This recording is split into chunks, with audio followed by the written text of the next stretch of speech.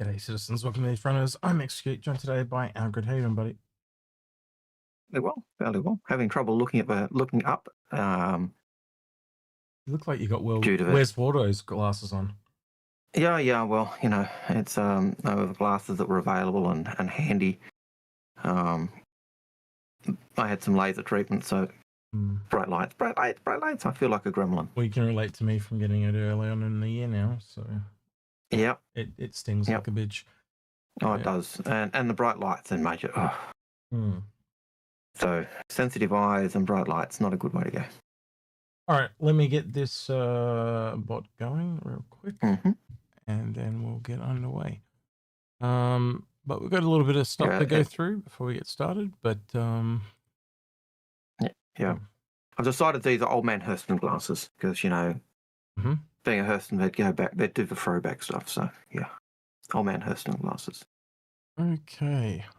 Or a monocle, one of the two. All right, so we had a monthly report come out that had some interesting stuff in it. So we'll probably cut through to that first. I'll just bring you guys across. So there's only two sections I kind of want to look at, which is obviously the ships, and they had some interesting core gameplay stuff to go through as well. And we've had a lot of leaks. Yogi's not too happy about the flight model tests leaking, but it was going to happen. This community talks way too much, and everyone is very interested about the flight model. It's a very core part of the game. That said, I think Yogi knows some things that we don't in the background. There's things that you and I always talk about, and many other content creators talk about. You bring in any single thing that's not in the game right now, like armor, and it just completely changes everything to do with how flight works. So you've got to imagine there's other things that we can't see.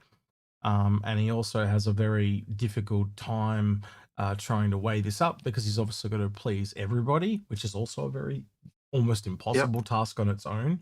And you've got to make it work for someone that's exceptionally advanced, but you've also got to work it from the guy that's basically never played the game before. And one of the other things I imagine, like I know the ships at the moment, off from memory, fly as if they're fully laden. And so you've also got to balance it so that the ships that aren't fully laden are going to fly differently as well. So I can see that being an aspect in the flight model that's got to be balanced. So there's a whole bunch of things like that. Yeah. Again, he would know things that we don't. And yes, it does have a potential to fail. And CIG have failed at things before, and they've had to redo them. And that is just the nature of development. I think we have to let them cook, because we don't have all the details. That said, I think Yogi might have been a bit annoyed by people leaking, but it was going to happen. I don't think there's any way you're going to stop that. Because there's always someone that's going to do it, because people talk, and this community is very passionate. Well, yeah, passionate, but it's always been kind of about open development too. I understand why he wants to keep it kind of locked down, because he talks about it in some of the posts he makes. Like, he doesn't want it to be biased and stuff. I don't. It's hard to tell if that actually would have an effect. I think what he's trying to say is like, say, Algared, you like it a very particular way, right? And he reckons that you will pressure and put influence on me to change my mind. And that's what he's implying. So he's essentially saying the loud minority, or the loud voices are bearing over the top of other people. Which I don't think is exactly correct in this phrase, because they're also asking for individual feedback by email. So you've got no, you know what I mean? Like, I can, like, publicly, I could totally agree with you, but under the table, if I'm essentially being emailed, I could say whatever the hell I like. Do you know what I mean? So there's no reason for them to tell the truth. Like, there's no way they're going to go, oh, see, look, he did this email and he doesn't agree with you. They're not going to do that, So they're not going to. I think if they just get feedback by email, that would be enough. I don't think you need to really worry about I, that. I could see part of the problem is because it's in testing and they are building Mm, the gameplay, and they're not sure what things will go ahead and what things won't yeah. as they're developing that flight model. I can Mm, see that as being a fundamental reason why he doesn't want it leaked. You know, you leak something, oh, this is what's happening, blah, blah, blah, and you think it's awesome. And then it doesn't come to fruition through either coding, other difficulties, it just doesn't work in the larger scheme of things. Then people get peeved off and annoyed. And so there is that kind of real struggle at balancing what we see and what we don't see, isn't there? Yeah. So, No. yeah. Like I can't get past that. We just got to allow them to cook a little bit because 100%. you know, it was the same thing when people started carrying on about master modes and all that type of stuff. I was just like, well, they know stuff that we don't know. Let them have a go. They've been working on this game. I think they've earned the right to try things. And I'll let them try. For me, I don't think any differently this time. It's just like let it come out. Because again, like I know people are going, but it's not going to work. But you can't say that when you don't have all the pieces. I just remember how people said this will work with the freelancers, and CIG said no, it won't. We've tried it, and everyone kept hassling them, do it. Yep. So I did it, and everyone said it doesn't work. So what Algared's referencing there was people were complaining about the essentially the view of the freelancer. And they carried on for 2 or 3 days. This is way back in the early days. And I was like, at the time I was saying, don't do this because they'll stop sharing things with us. And that's exactly what happened. They did it. They modified the cockpit and everyone went, oh yeah, you're right. It doesn't work. And they realized straight away that they can't rely on backseat type of comments. And from that up until that point, they were sharing things every day. They were talking about all the stuff that were doing, and that was the beginning of lockdown. And it's just got worse and worse over time. The more and more people are coming in the project, it's just, you know, because again, people think they know better. And let's be honest, we don't work at CIG. So we just have to kind of let them do what they're doing, and I think they've earned the right to do that. And you know, we might not always agree with what they do. I think you and I critique them as much as we can. And praise them where it's needed. But I think if they're paid to do a job, you got to let them do it. And I don't know else to say that. I'm not like sitting here and complaining when you don't know what the outcome's going to be, and nobody can sit here and say they know exactly what that outcome's going to be until it's Look, in fairness, I don't even think CIG can tell you exactly what the outcome will be on certain things because they're still developing it. They're still doing the R&D and they know where they'd like to get. They know where they think they can get. But in some cases, it's, we've got to build this tool, or they try and put it in and they go, oh, yeah, it's not working the way we thought. Generally, when it comes to some form of a debate, the two loudest sides are the ones on the extreme. In the case of this, a lot of the new players don't exist. So there is no, it's just all coming from one end. And I think that's the issue. Like, yes, they want that, but they don't realize it's got this whole scale and you're not going to get everything you want. It's generally the two extremes that have to make the compromises so it fits most people.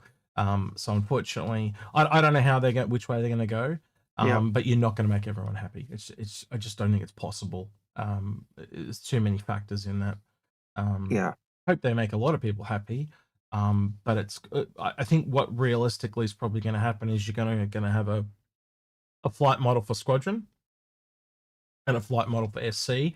And I'd hope that the SC model is probably more advanced, makes more sense to me.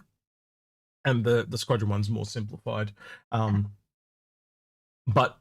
or something in between where you can have a mode that's easier that you turn on, and then you can turn it into an advanced mode, kind of like decoupled and not decoupled. And that's not exactly where I'm going, but there is no perfect solution, right? So that I'm sure with alliteration and all the other stuff they've done along the way, they're going to try and find exactly where it needs to land.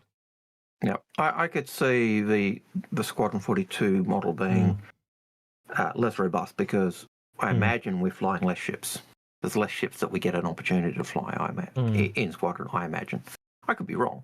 We could have a whole plethora of ships still available, but that's the impression I get. We'll have several ships we'll be flying. We won't have every ship under the sun available to us. And so that would mean you could do things in Squadron that you don't have to do in the live version. But yeah, but as you said, we don't know. And I think we don't have the info. Yeah, I think we've got to wait. The last thing real big update we had about the flight model realistically was like CitizenCon 2 years ago type of thing. So I think this will be one of the things they hopefully talk about at CitizenCon, even if just a little briefly. If not, we'll definitely hear about it in an ISC or something like that. So yeah, I agree. 100%. All right. So let's go back to the monthly report, because I went over to go to it and then I went off on a tangent. So they kind of mentioned that the Aurora and the Hammerhead went into modern standards here, so that's kind of interesting. The Aurora they've kind of talked about before, but the Hammerhead, I kind of went, why are they updating the Hammerhead? Right? And I would still put this off to chat as well. Like, besides it needs it, right? Like, I put that aside, they generally don't always work on things unless they're doing something with them. So I wonder if is it as simple as Squadron polish, or is there something else they're working with there? So I'll just put a big question mark there and let you think about that for a bit. But it is an interesting one to think about. Why go back and work on the Hammerhead? They do mention taking improvements from the Idris, and the kit for the Idris is essentially being smacked into that. But yeah, like, that doesn't. Go ahead. I was just going to say that doesn't sound like a just a surface polish. That sounds a little bit more detailed. Yeah, I was just. Go on. No, I was just saying, it just kind of makes me think what they are working on. And the only kind of thing I keep coming back to is, we've talked about it a little bit, and I talked about it with Grim as well, as like a kit that changes the guns, or maybe 2 turrets but bigger or something like that, or whatever. I don't know. It's just it's not like, if you told me that they were working on the Hammerhead, I would have been like, why? And now they're saying they are. It's kind of like, why? I don't quite get it. So maybe it is just general polish, though. I don't know. It could be general polish. Like, I was thinking initially it was doing things like getting it ready for the engineering. So, making sure the fuse boxes were in, making sure the component box, the components were there and removable, and all the rest of it. Yep. But the second you say they're taking and using assets from the Idris to kind of help with that, that makes you go, they're doing something else than just getting seems to be doing something else other than just getting it ready for engineering. So, yeah. Actually, that's a really good point Matt P makes there in YouTube chat. He says the best reason for the Hammerhead past is that they're also working on a competitor, which is the Perseus. That makes a lot of sense, actually. Like, kind of like tidy up the competition so they're a little bit balanced. Yeah, okay. I'll give you that. Yep. That's probably the most valid reason I've heard. But yeah. Yep. So yeah, they mentioned the Paladin essentially going into its kind of final phase. I think it's pretty evident that it's at least trying to get out by CitizenCon. They also mentioned the Hull B, and most of the requirements for that are going through, which is kind of interesting. But as you and I have talked about, the biggest mystery there is how it's going to carry the cargo. How it's going to carry its cargo, whether it's going to be keep it the 4 wings or keep it just be a larger version of an A. Yeah, my gut says a larger version of an A, but so kind of basically just more struts. An A with more struts is what I'm kind of envisioning. But so they also mentioned the Ironclad and the Assault, and they also put in brackets the command module. So they're basically going there, and I'm pretty sure that this image at the bottom here is a version of the Ironclad. Yes, it is textured and that, but you got to remember they're putting with kits now. So there's less of that type of stuff to do. So yeah, but that looks like a typical ladder. Lemming is clearly wanting to say something. I can hear the noise in the background. Lemming. Sorry. Can you hear me? Yeah, I can hear you. Okay. So I do think that the Paladin not even being out of Lot 0 now means that there is no chance of it coming at CitizenCon. You got to remember, this is for last month. Yeah. So the reports are like a whole month behind, that type of thing. So it says, with the final adjustments being made to the main quad turret ensuring movement, unhindered flight, and landing states, the downstream teams kicked off their work too on the ship as well. So downstream teams like marketing and effects and all that type of thing. We'll wait and see. But again, again, if it doesn't make it, yeah, cool, maybe. But I think it's pretty evident that that's what they're aiming for. But again, it's part of the digital goodies pack, so I'd be really surprised if it's not coming. You know, but we'll see. My question on that graphic there, and it's one that Markov Denrick raised in the chat as well, was whether that is the command module pick. That's a good point. Both the Ironclad and the Caterpillar. So, you know, that's a really good. That's a really good pickup. Actually, it is similar to that ladder at the back there. Yeah. Well, it's Drake, so you know. yeah, but again, like I'm thinking the area at the back. Like, yeah, he could be right there. I don't know what this photo's from. Does anyone know what that's from? I'm just wondering if it's either Paladin or Hammerhead. Usually, it's something they talk about around it, but I think I'd have to assume it's probably Paladin. I think that's the loader for the Perseus. Okay, maybe they do mention the Perseus in here as well. The fourth unannounced vehicle also continued deployment through September. The first approach to LUD Zero View.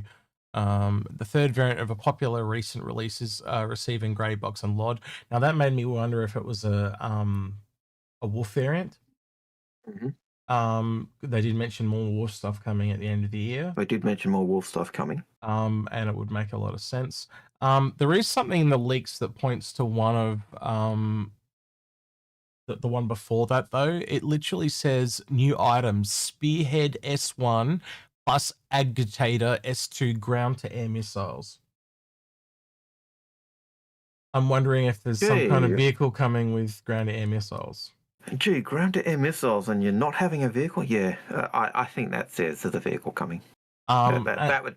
It makes me wonder if it's got something to do with the Atlas-looking one, but I don't know. I've got no firm grasp on what that could be, but it was just really interesting to see. Again, generally when we see something coming in, it's usually tied to something. So just keep that in your back pocket, people. Indeed. Yeah, and then it says the North American team began finalizing fixes for the RSI Apollo ahead of its release. So think about how long ago the Apollo came out, and they're actually talking about that, Lemming, in this report. They started to finalize fixes for the release. That's like it's the start of September when they're talking about it, but we're actually at October. So that kind of shows you how far kind of behind it is. I was just going to temper expectations to not get mad if the Paladin is not CitizenCon. I wouldn't be mad. I'd just say expect it to come by the end of the year. I always say that, like, just leave it open. Yep. Things can change too. Well, look what happened with the Zeus ST. It was literally on the website for the marketing, and they yanked it off like within an hour of it going live. So, you know, that's how much things can change. I think it was within 5 minutes of it going live. But you know my point, right? Like they yanked it because they were like, oh shit, that can't be on there.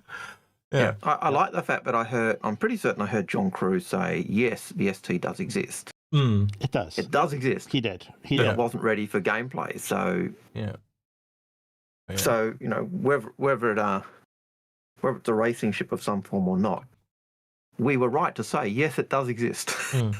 So LOD 0 for the RSI Perseus was also passed early on in the month, with the team moving on to the final touches and downstream teams beginning to close out their ship. So that's in the same kind of state. The white box phase officially kicked off for the Drake Kraken, which is very similar to what happened to the Pioneer. It's probably just happening a little earlier because if you remember at CitizenCon last year, he said the privateer will be going into production next week. So that would have implied that it was like the 15th of October or in that that time frame. And that's kind of about where we are. You know, maybe it was a month early or something like that. But that tells me that I'd probably expect the Pioneer to be maybe AIE next year, and the year after that would probably be the Kraken. So 2027 and then 2028. That's kind of roughly what I'm expecting. We'll have to wait and see. Right. Anything there that you kind of want to go over, Algared, or is that all pretty? No, that sounds pretty. Right. So the team provided support for bespoke take and place animations. I just want to go through this. There was something I wanted to read specifically. Board speed ranges were implemented. Engineering team continued writing on playtesting feedback and hardening feature ahead of a wild scale of testing. So they're getting ready to actually do that testing. They talked about bringing it in August. They talked about it in September, and now we're going into October, and we still don't have it yet. So that's clearly been delayed somewhat. Didn't they talk about engineering testing back in January? And then we didn't hear about it for 10 months? They said that we'll be doing some testing, and then the last thing we kind of heard was we want to do testing next month, and that was meant to be August, and then it got pushed, and it's been pushed. So obviously, I think they're probably trying to integrate with some of the base building and crafting stuff. I think there is some overlap there. Like, say you need fuses, where do you make those?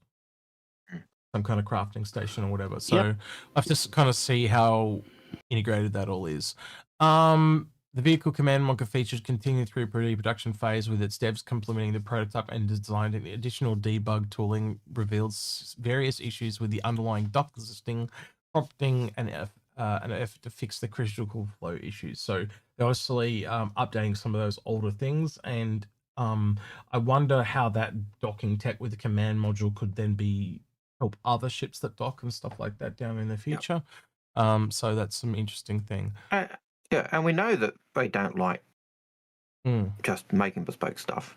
They like to be able to use it. And we know that, when they used the current docking stuff, they went, I think it was the refueling. They went, this solves our problem with docking with the P-52 and the Connie. This helps solve our problem with docking at stations.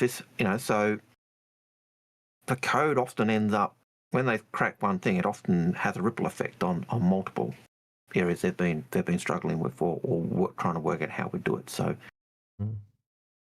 always a good thing. Last two little things here. Flight gameplay also progressed through September. AI can now correctly utilize control surfaces in atmosphere and adhere to their velocity goals. Annunciators are also no longer required to be attached to the dashboard to be functional. So that's it's this little part in the center of the screen. It can now move around, and it's a part of the HUD thing. Allow for more flexibility in cockpit design. The team are also prepared to focus testing of improved flight model, which we've obviously seen. The outgoing inventory rework progressed, the ongoing inventory rework progressed with implementation of equipment and equipping item slots. Further functionality was added to the paper doll UI and search bar. The team also exposed controls to help design the rules for proximity looting. So that actually has some of the stuff that's come up in the leaks too, where they've seen some of the inventory stuff come up. And what they're calling proximity looting is very similar to what I talked to you about years ago in that game Eco, which is just you're essentially changing the size of the what did they call him in the in the game that I was talking about at the time? They were like boxed off areas. I can't remember what they called it though at the time, but that's essentially right. Sorry. Like zones, right? Yeah, it's kind of like you kind of change the area around what you're, as long as and in that game they had they're like stockpiles or something like that. That's what they're called. And if you had two stockpiles next to each other, you could transfer from one to the next. And so you could almost like make these elevator systems where you kind of just pass them up, so you could go up floors and all this type of stuff. By having the things nearby, and I could see that working. And you look at the way they talked about the uncluttering the UI for the inventory, and you'd be able to get in the boxes all around you. That type of easy transfer is the type of thing that makes it's a quality of life aspect, isn't it? Yep. There's a lot of stuff that's gone into the files for Nix as well. They've had some. I'm not going to play them today, but there's Paul played them on his stream. There's some leaked audio files that goes through some of the story beats, missions with the what are they called? Something Blade, the Vandal people that were helping Yorick with the goo and stuff like that, and the stolen Vandal ships and stuff like that. Another interesting one that kind of came up for me was I have a physical jobs posting string down in the code. Yep. So you'll actually be able to go up to places and get jobs off the board and stuff now, which will be kind of interesting. Remember they were saying for years they were going to have a terminal that you could go up to, and you remember like I think there's like a similar thing in ArtCorp back in the day. At the jobs, a jobs thing, yeah, and you used to be able to go get them. They talk about if anyone hasn't picked up on this, by the way, hang on, I gotta go back to this. What this references is Algared was saying before the show. He doesn't know the name. You don't know the name of this, do you? No. So it's called the Yomundi. So YOR, so like worm, but with a Y. Yomundi. And if you actually change it to a J instead of a Y, it's literally the same spelling as Loki's child, which was the world serpent. And he was essentially, he or she was thrown into the ocean and was so big that it went right around the world. They did talk about an aquatic-based one coming, and I think that's what this is. We've shown it on stream before. It's similar in scales. It's essentially a giant serpent.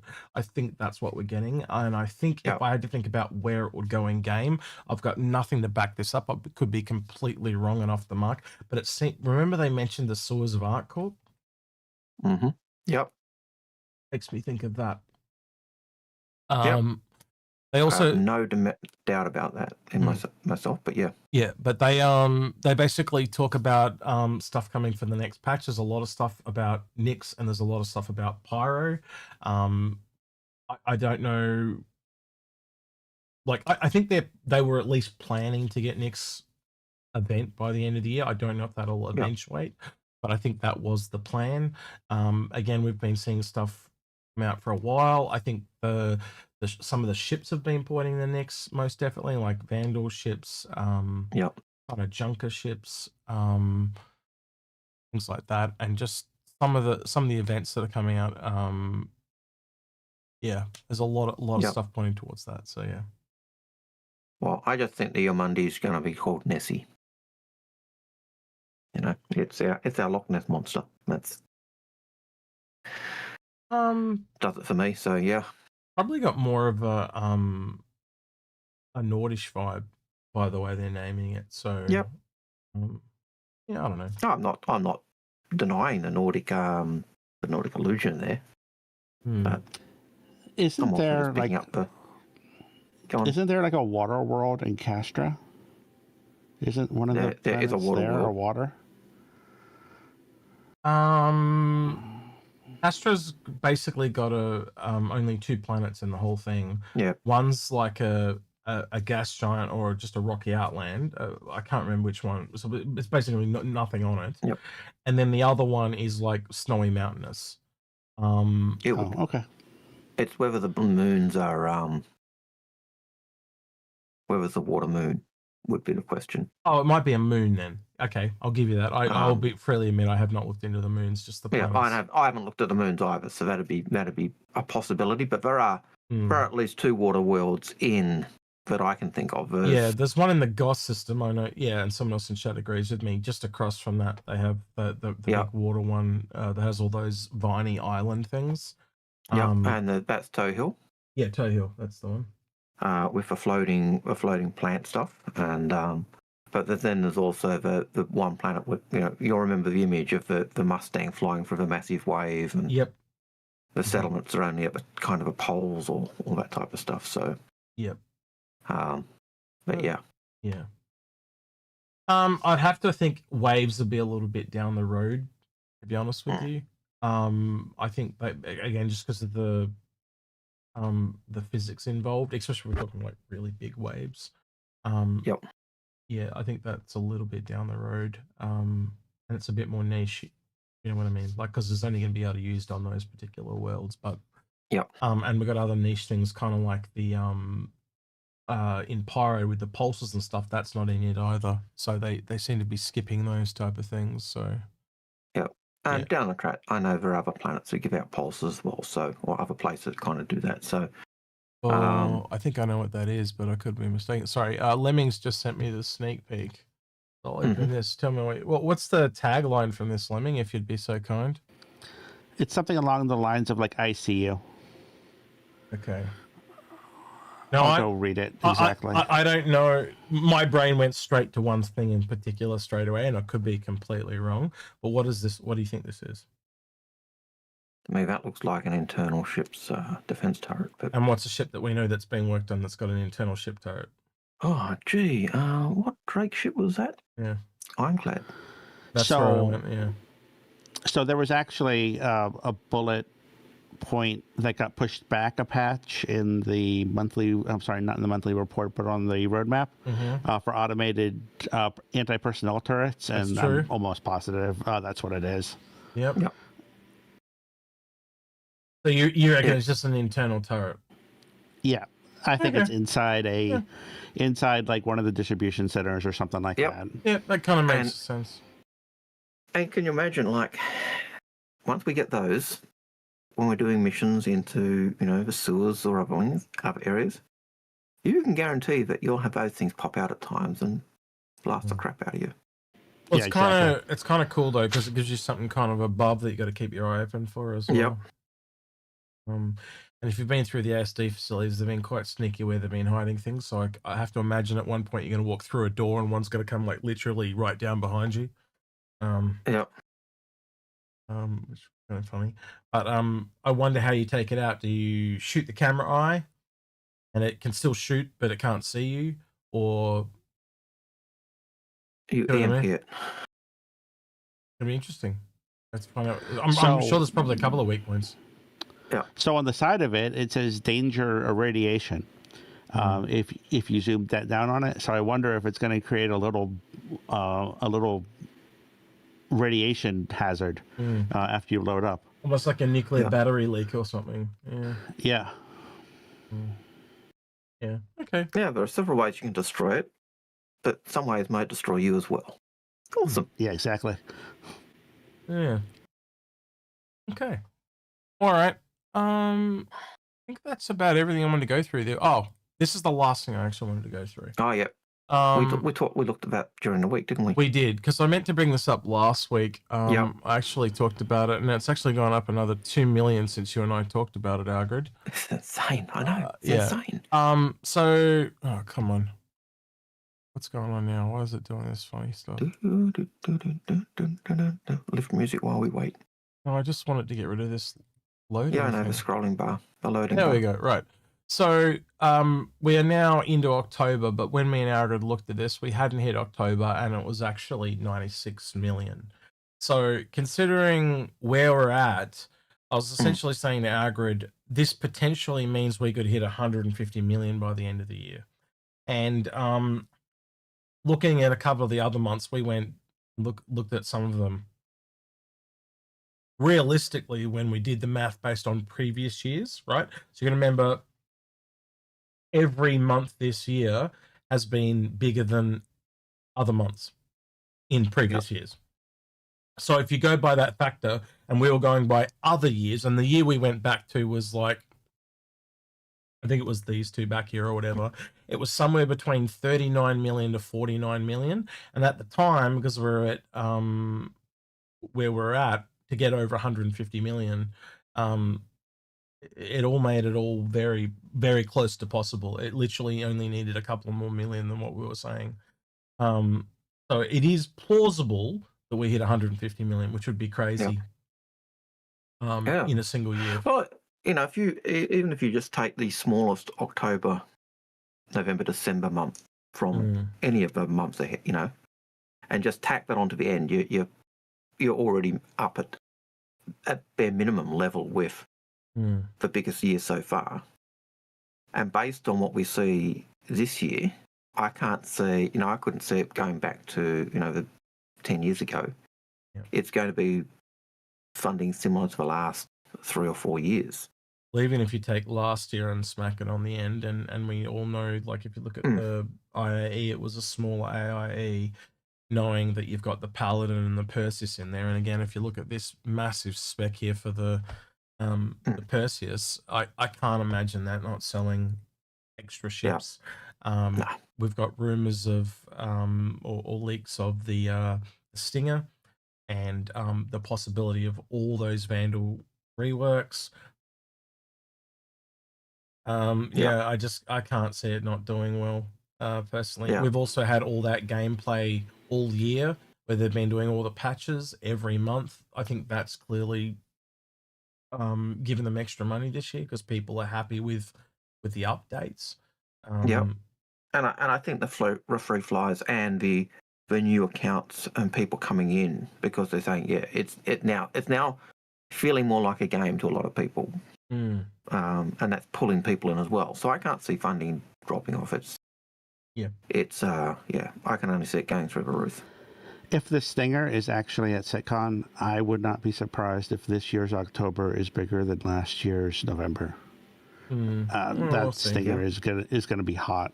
I get a feeling the Stinger is going to be kind of like announced at CitizenCon, but it's not going to come until IAE, and I think they're going to kind of like say, oh, we're going to be doing all this rework, and it'll come at IAE. And when I mean rework, I mean like the scythe, the glaive, and the blade updates. You mean a ship with a bespoke weapon? No. I was just, because I know that's not what I mean. Vandal ships often have them, but yep, they're not bespoke because they're made by the Vandal. They're just Vandal weapons. They just swap them over. So no, it's not bespoke. But Vandal ships, they're still going to be popular. But like last year where they kind of did all the Hornet updates, it's essentially updates for the Vandal ships, and being updates is a positive refresh, so a lot of people will buy in just on the basis they look, but also being alien, they always go well. And again, that new ship with the Stinger, myself, Astropub, and Nonstop Bops did an episode on the weekend that came out this week, and we went through everything in that, and it was just a really interesting episode, especially with Bops, because he had a lot of Vandal. He's really big into the Vandal, and he had a lot of P vs P stuff to say about it as well. So it was just really interesting, and he had a lot of insight into they'd been working a lot of Vandal stuff in the background, like a lot of you could look at like one of the more simple ones that makes a lot of sense was the glaive. So the current glaive, its guns are kind of like way up the front of the ship. Right, they literally fire right out the end. In the new glaive, it's kind of like 5 meters back, and it's about halfway along the ship because it kind of protects the guns more. But the way they're firing in game at the moment is like they're for the new version, and so when you fire the old one, they're like converging 5 meters back from where they should be converging. And so it's telling him, and that kind of tells me too, that they are getting ready for something. If they're moving all the Vandal stuff around in the background, as well as I do, they don't do that for no reason. They had the missile rework as well to go along with the Stinger. And we know that in the past they've said, we know that they've actually reworked the Vandal. The graphics for all the Vandal ships had been changed, and even though we don't have them in the live version yet, we've still got the old style Vandal ships. We had been told when Squadron comes and those new ships are put out, all the old ships will then be updated. So that told me they weren't doing version 1, version 2 like the Hornets. It was going to be just a straight swap. Yeah, and I think things have changed a little bit because they had plans, but the plans have been laid down for after Squadron, and I think Squadron's taken longer than they expected. And so I think they're going to kind of like what happened with the Idris, it was already planned, so they've just gone ahead with it, and I think it'll be the same thing here. But it's put it this way: if they bring out the Stinger and it's a new looking one, I can't see why they wouldn't release the others as well. No, I 100% agree with that. All right. I think that's kind of it. For what I wanted to show. Let's go have a look and see if there's any questions. Go ahead, one other thing that I thought was interesting in the monthly report was they mentioned bringing back an old ATC person, and I remember the. I know who that is. Yeah, it's the Knicks person. Yeah. I don't remember his name. I don't remember stuff like that. But but even more of reason to think that Nix is sooner than a lot of people think it is. Yeah, the guy always sounded high. Yeah, the one At least in my opinion. He sounded like he was on break when you called it, if I remember right. But yeah. Yeah.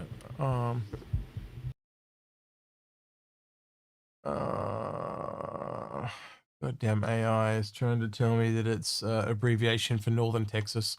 No, it's not. Anyway, yeah, I can't remember the guy's name. I know Paul knew it. Eslin.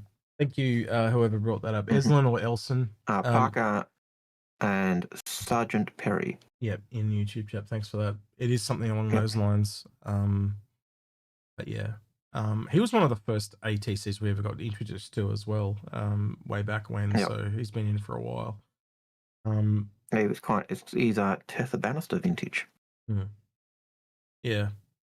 I don't know. They kind of have to do one per year if they want to kind of get 1.0 out according to their kind of roadmap. So with all the stuff going in, I know a lot of people saying it's not coming by the end of the year, but I don't think there's anything I can think of from a technical aspect.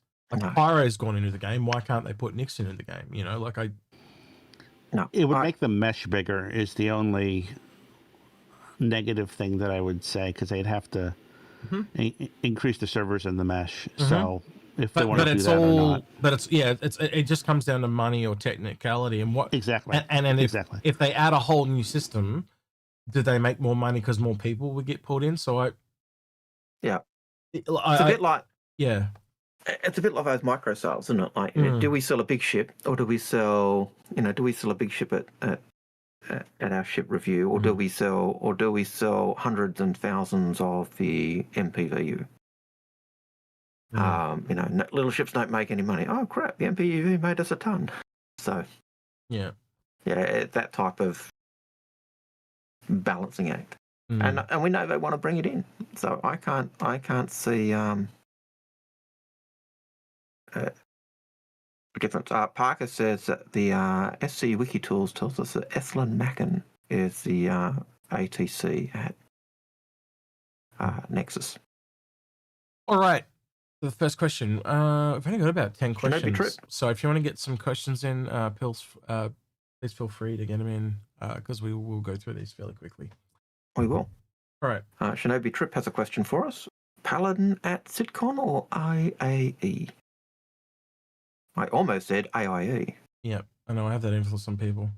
I know. I've seen other people doing it. Yeah. I know. I've seen it too. I think it's AIE just based on the CitizenCon Digital Goodies pack. I think it's if it doesn't come, it was strongly intended to come at that. I think we could all agree on that. So yeah. No, I concur. Caveman Crafting says, "Oh, go ahead, Lemming." Part of my head says that I want it to come for SitCon. The reasonable part says that it's not for 3 years. So it's probably somewhere in the middle. That's a little bit skeptic. Not coming for 3 years. I think that's right. Caveman Crafting says, when will Tier 0 repair resupply be in, before or after crafting? You think? I think it's kind of already in a little bit already, because we've got the repairing of pipes in those missions, much like we've got the mining of the nodes in the missions, and we've also got some tractor beaming, and then we've also got the fabricators in there as well. So I think they've test bedded a little bit of it as they've gone along throughout the year. So they're getting us to test the basics there across the board. So don't we also have the ability to replace plating on ships with the handheld tools? Or has that been pulled out? A little bit, and they also had some kind of missions in. Now, I never went around and did them. I normally do, but I didn't do the ones in Pyro. There was little ones you could go around and salvage panels and stuff with the hand tool. I never got around to doing those. So, I don't know. There's little bits in there, but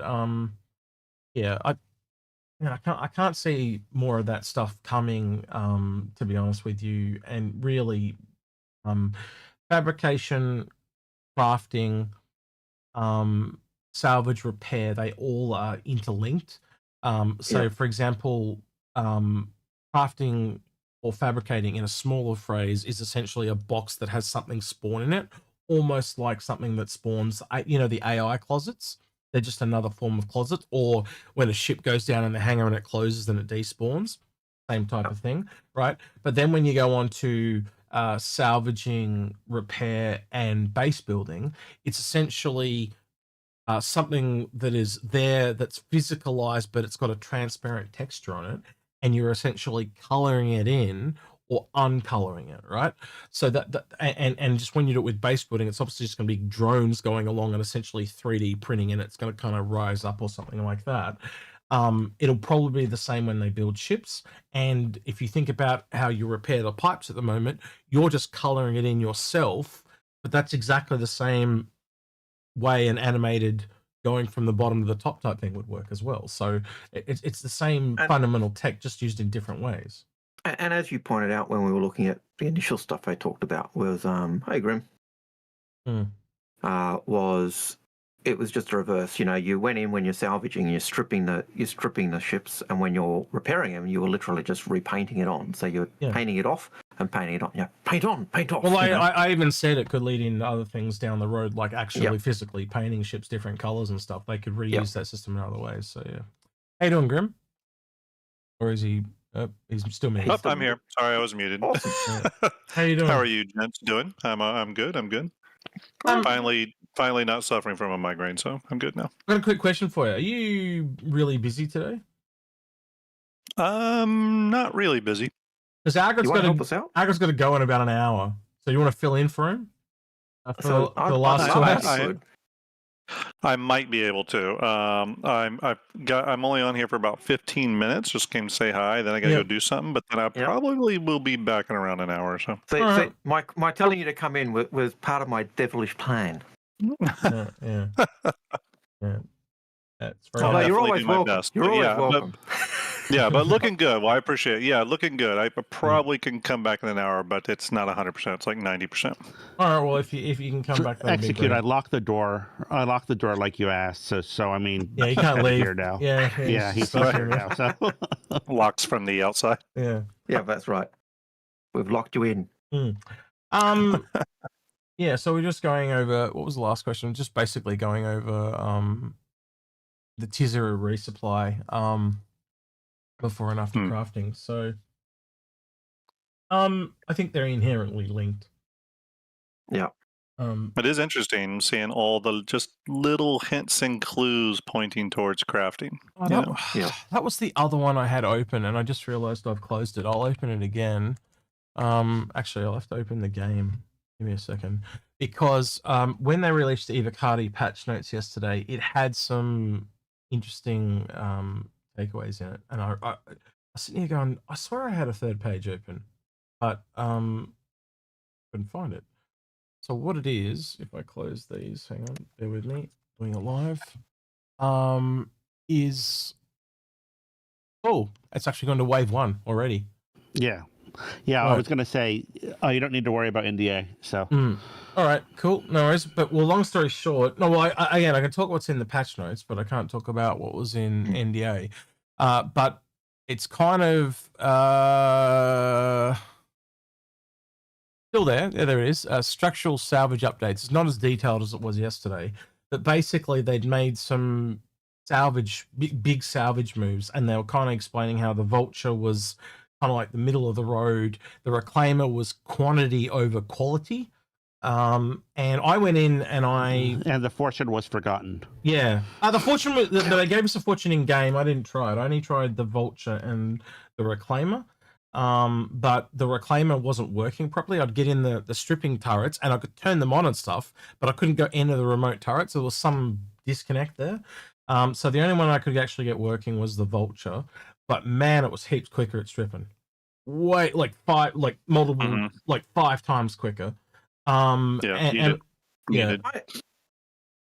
to admit, that's one of the things I did find with Vulture. I always felt it was better at stripping than the Reclaimer, and I always seem to get more of the stripped material than the salvage material. So tell us about these strippers, Algared. Yeah, well, they Ooh la la. dance on poles and Oh, right. like Oh, wow. Yeah, a lot about it. Right. Anyway, first time they're chatter. a bit like Uwu girls, I'm sure. Oh, yeah, very much so. Like they're the same thing. Anyway, first time chatter. Trees Alpha 1 says, given the proposed changes to salvage, specifically needing to refine the raw materials, do you feel it is likely that a reclaimer rework may be given refining capabilities similar to the Orion and mining? Eventually, and I did watch this guy on stream when I got up at 1 a.m. this morning. His name's STAR-JM. He did a stream on it. I think his name's Grim. You can't trust that guy though. He said all his stuff. That's during his lunch break. It's just weird. Handsome. Real handsome. Handsome is right. Okay. Hamson. Yeah, maybe. Hamson. Maybe. Yeah, I think they are possibly on the cards, but I also think it's probably got to be really obvious if they're working on salvage, the RSI salvager. They kind of talked about that, and they also hinted at a large salvager. Now, I know Grim doesn't exactly always agree with me, but I think would say it's either Origin or Consolidated Outland. Would you agree with me on that? Or Argo or Consolidated Island? Yeah. What did I say? Origin? Oh, Origin. I want an Origin salvager. What would be amazing. What have I done? I'll tell you though. Origin salvager. You salvage with your your Pinot Noir and your champagne. This is why I don't put them together. They gang up on me. It's really bad. I'll tell you what. I'll tell you what I like most about this news, though, about the differentiation in the Vulture versus the Reclaimer, and then that'll be furthered with other salvage ships, where the Reclaimer is like quantity over quality and stuff. I like that is probably signaling the future of these industrial ships that are of different scales, that it's not always going to be just a factor of scale. There's going to be these other differences that go into it. And I mean, we always kind of thought that when mining too, especially with the Orion, because yes, it mines, but mines differently. And I do really like that direction with ships, where it's not just a matter of scale, but it's scale and advantages and disadvantages. You know what I mean? Now, this has obviously changed given the time, but do you remember, Algared will remember this, and I don't know if you two boys remember it, but do you remember when they sold the Prospector and the Orion way back in the day, and they gave the example of how the Orion would just eat the entire asteroid, but the Prospector could come in and it could go straight for the really good bit? Do you remember that?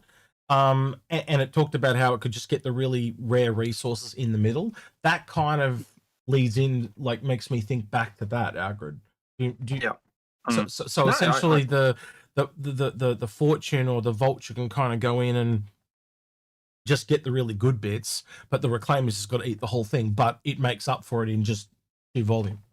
And it does. Like you look at the Vulture. The Vulture, it takes 13 or 14 Vultures to fill up a Reclaimer. And the reason I stopped using the Vulture was not because I wasn't getting good salvage from it. It was because I couldn't salvage for weapons or the missiles, or because they just didn't fit in the cargo hold. Whereas in Reclaimer, you can take everything. You can take the components, the missiles, the guns, the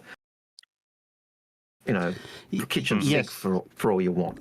But so I was actually talking about this on Discord today with a couple people, and I was thinking that if the RSI starter salvager is still in the cards, I don't think it's going to do I don't think it's going to do structural salvage at all, because it's just not going to be big enough. So what's just going to be up Algared's alley and be a stripper? Yep. It's just going to be Algared's stripper. I've kind of thought of that for a while. The Uwu, right? Got it. Well, that's what you're going to call it if you buy one. Yep. The Uwu. But that's kind of what I always thought the Fortune was going to be too, because if you look at the Fortune to the Vulture, they still don't have the drum thing. Like the Vulture's got processing, the Reclaimer's got processing, but they've never shown how the processing would even work on the Fortune, right? And it's always told me that you got to remember, they always said they were going to come back and do salvage. Remember, like, this is a placeholder till we come back and do it. They actually said that, and that was like 2 years ago now.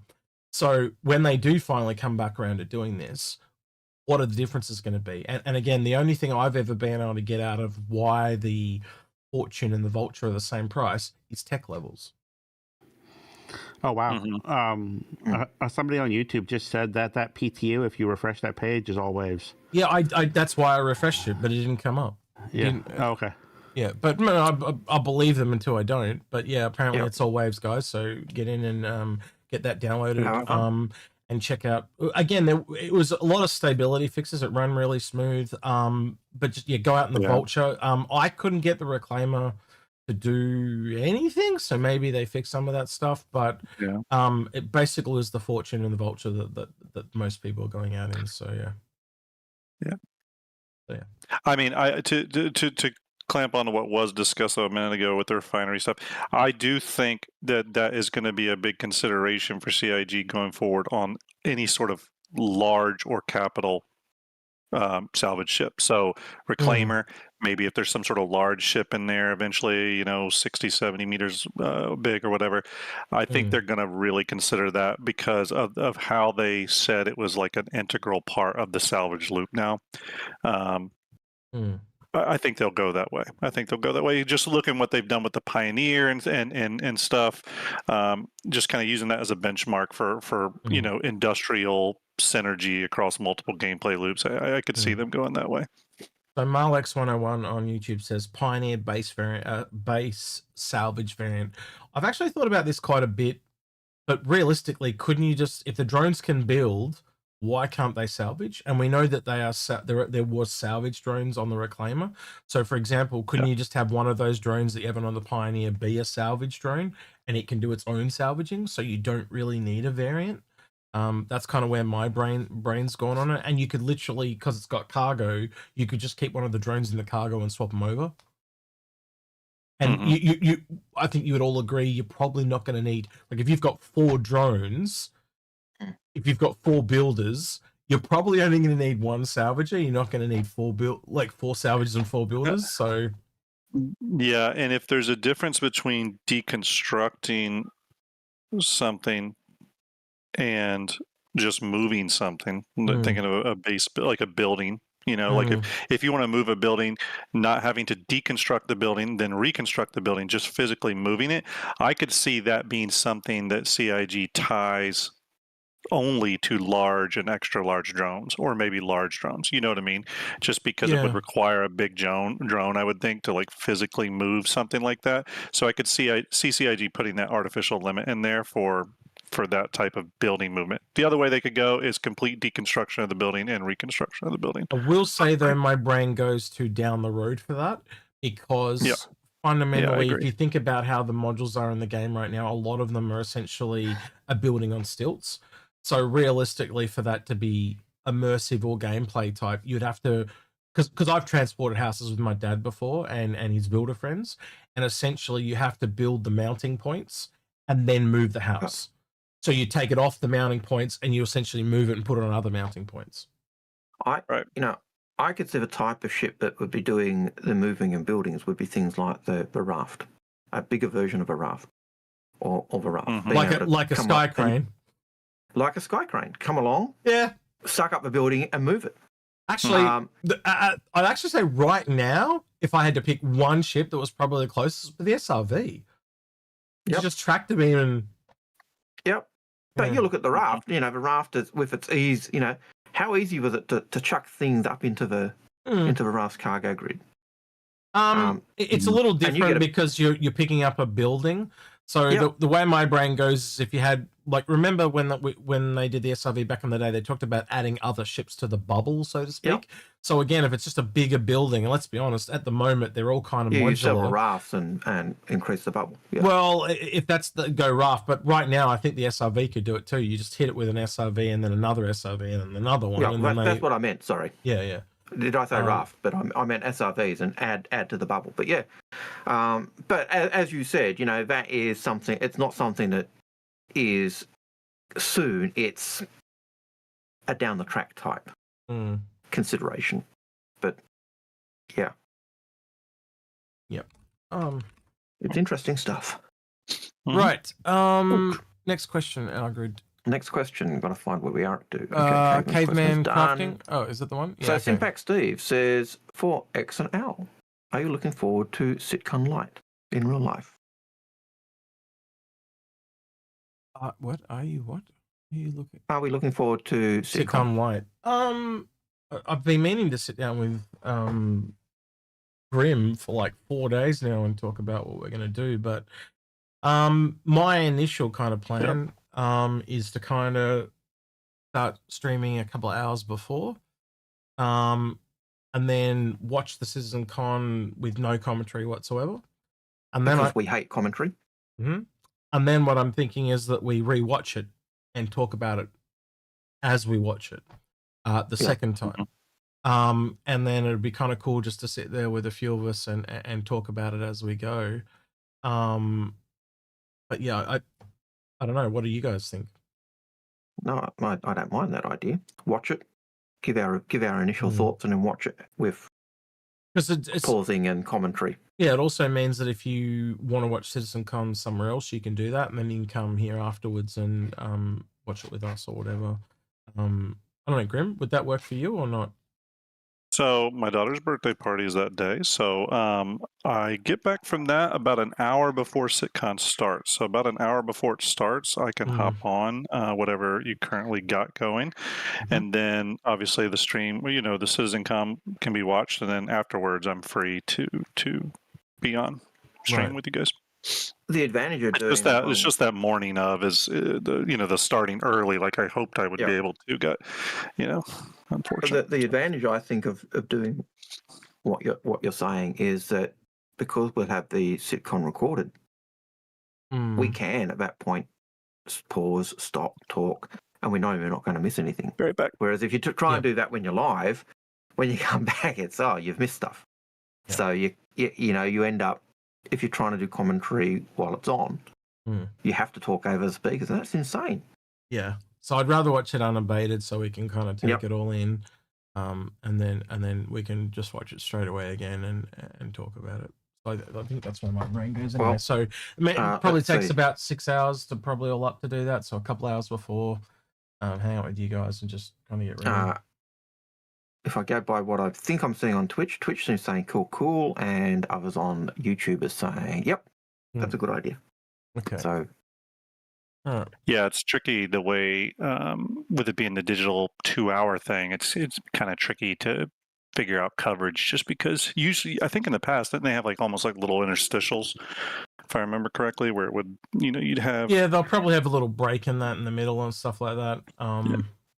The big question mark, I think, with this year will be if, and we can always accommodate for this when we do get together and stream and react, is if CR or Richard Tyers or something's going to do any sort of ad hoc live with Jared talk, which we don't know, but it's possible. Yeah. So just for your benefit, Algared, it starts at 5 a.m. our time, by the way. So it'll probably mean you and I are going to have to get up about 3 a.m. if we want to do something like that, or a little bit before that. So, yeah. All right. Jay Grizzly says, Execute. You say we don't work there and we don't know what's going on, but we were right so far on these multiple flight models. So what do you say when we are on flight models number what now? I don't think everyone has been right about the flight models all the way along. You might have been right about certain parts of the flight model.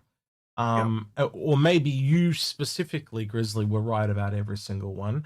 But I can tell you now, not everyone that I've heard make comment on the flight model has been exactly correct.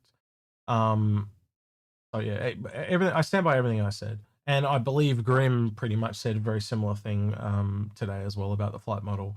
In short, Grim, I basically said you've got to let Yogi do his job. You've essentially got to see what he comes up with, even if he is wrong. He they make mistakes and they've got to change him. But we don't know the missing pieces of the flight of the full game.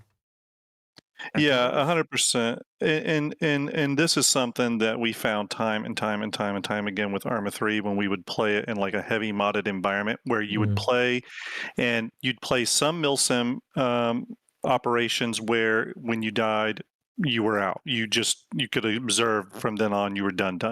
And then there was other operations that were done where you could you'd respawn if medical could not get you back up, right? And you were back in the fight. But regardless, whichever type of session it was, heavily affected how you played and the pace of the game. So for me, it's really tricky that they're trying to nail this flight model thing, especially in relation to combat, when Death of a Spaceman and all these other things are not in yet that are going to heavily affect how people play the game. Not just what happens when you die, but it's going to affect the gamer's behavior when they play. So I think Yogi's got an extremely difficult job. So I don't envy it at all. Yeah, and you're trying to please like two ends of the spectrum, so to speak.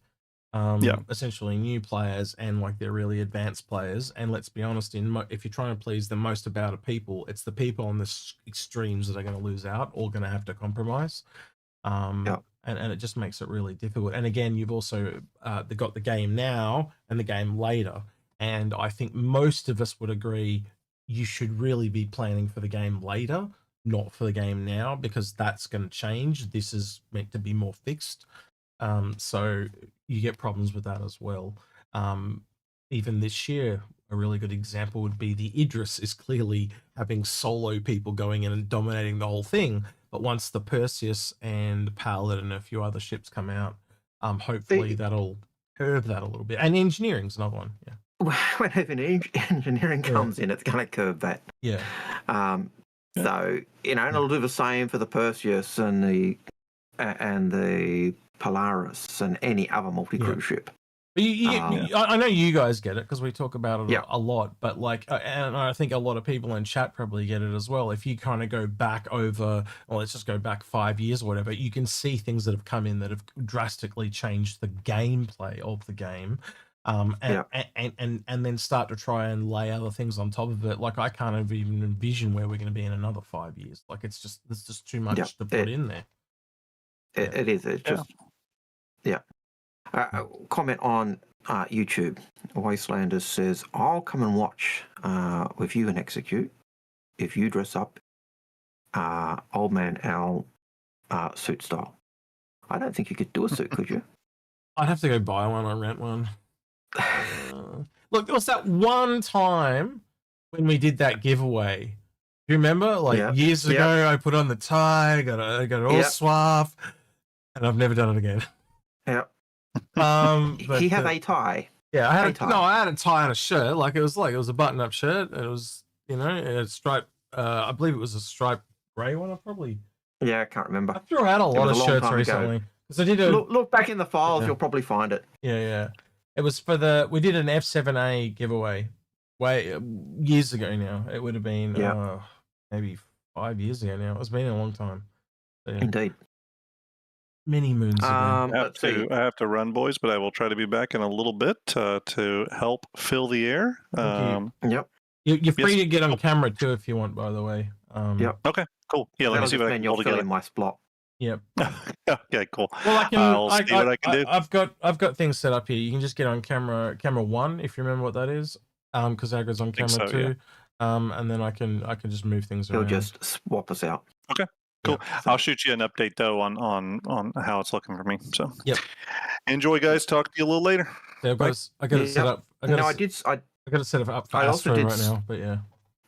I also did see a comment in our chat saying there's a Hurston statue at the Pyro jump point.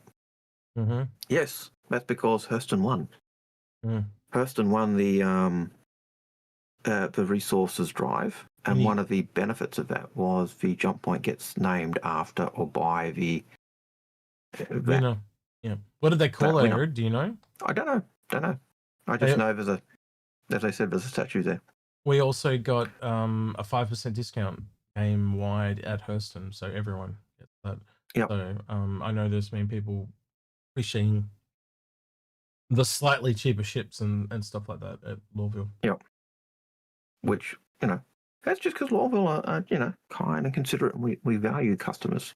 Mm-hmm. We value your money. Yeah, I was going to say, I think you value their credits and not their customers. Their wallets. Their wallets. We value the customers and their credits. And you throw in a free plastic bag with every purchase, don't you? Mainly for the heads. Yeah. Mainly for the head. That's right. Yeah. Right. Absolutely. Girlex says, Question: rumor has it that there will be a starter salvage ship. Which manufacturer do you think would make it, and what kind of gameplay would you predict it would be in comparison to the Vulture? We did kind of go over this a little bit, but I'm gonna have a really quick RSI salvager. Let's see. There's actually pictures of it in Discord if you would rather look there. I've already got them because I'm very quick like that, but I do have them up here. So bang. So these are the ones that were shown off earlier in the year in an ISC. They were also shown off with the Wolf when the Wolf was being concepted. Algared and I did do an episode on these. God, how long? A couple of months back now, Algared. Yep, we did.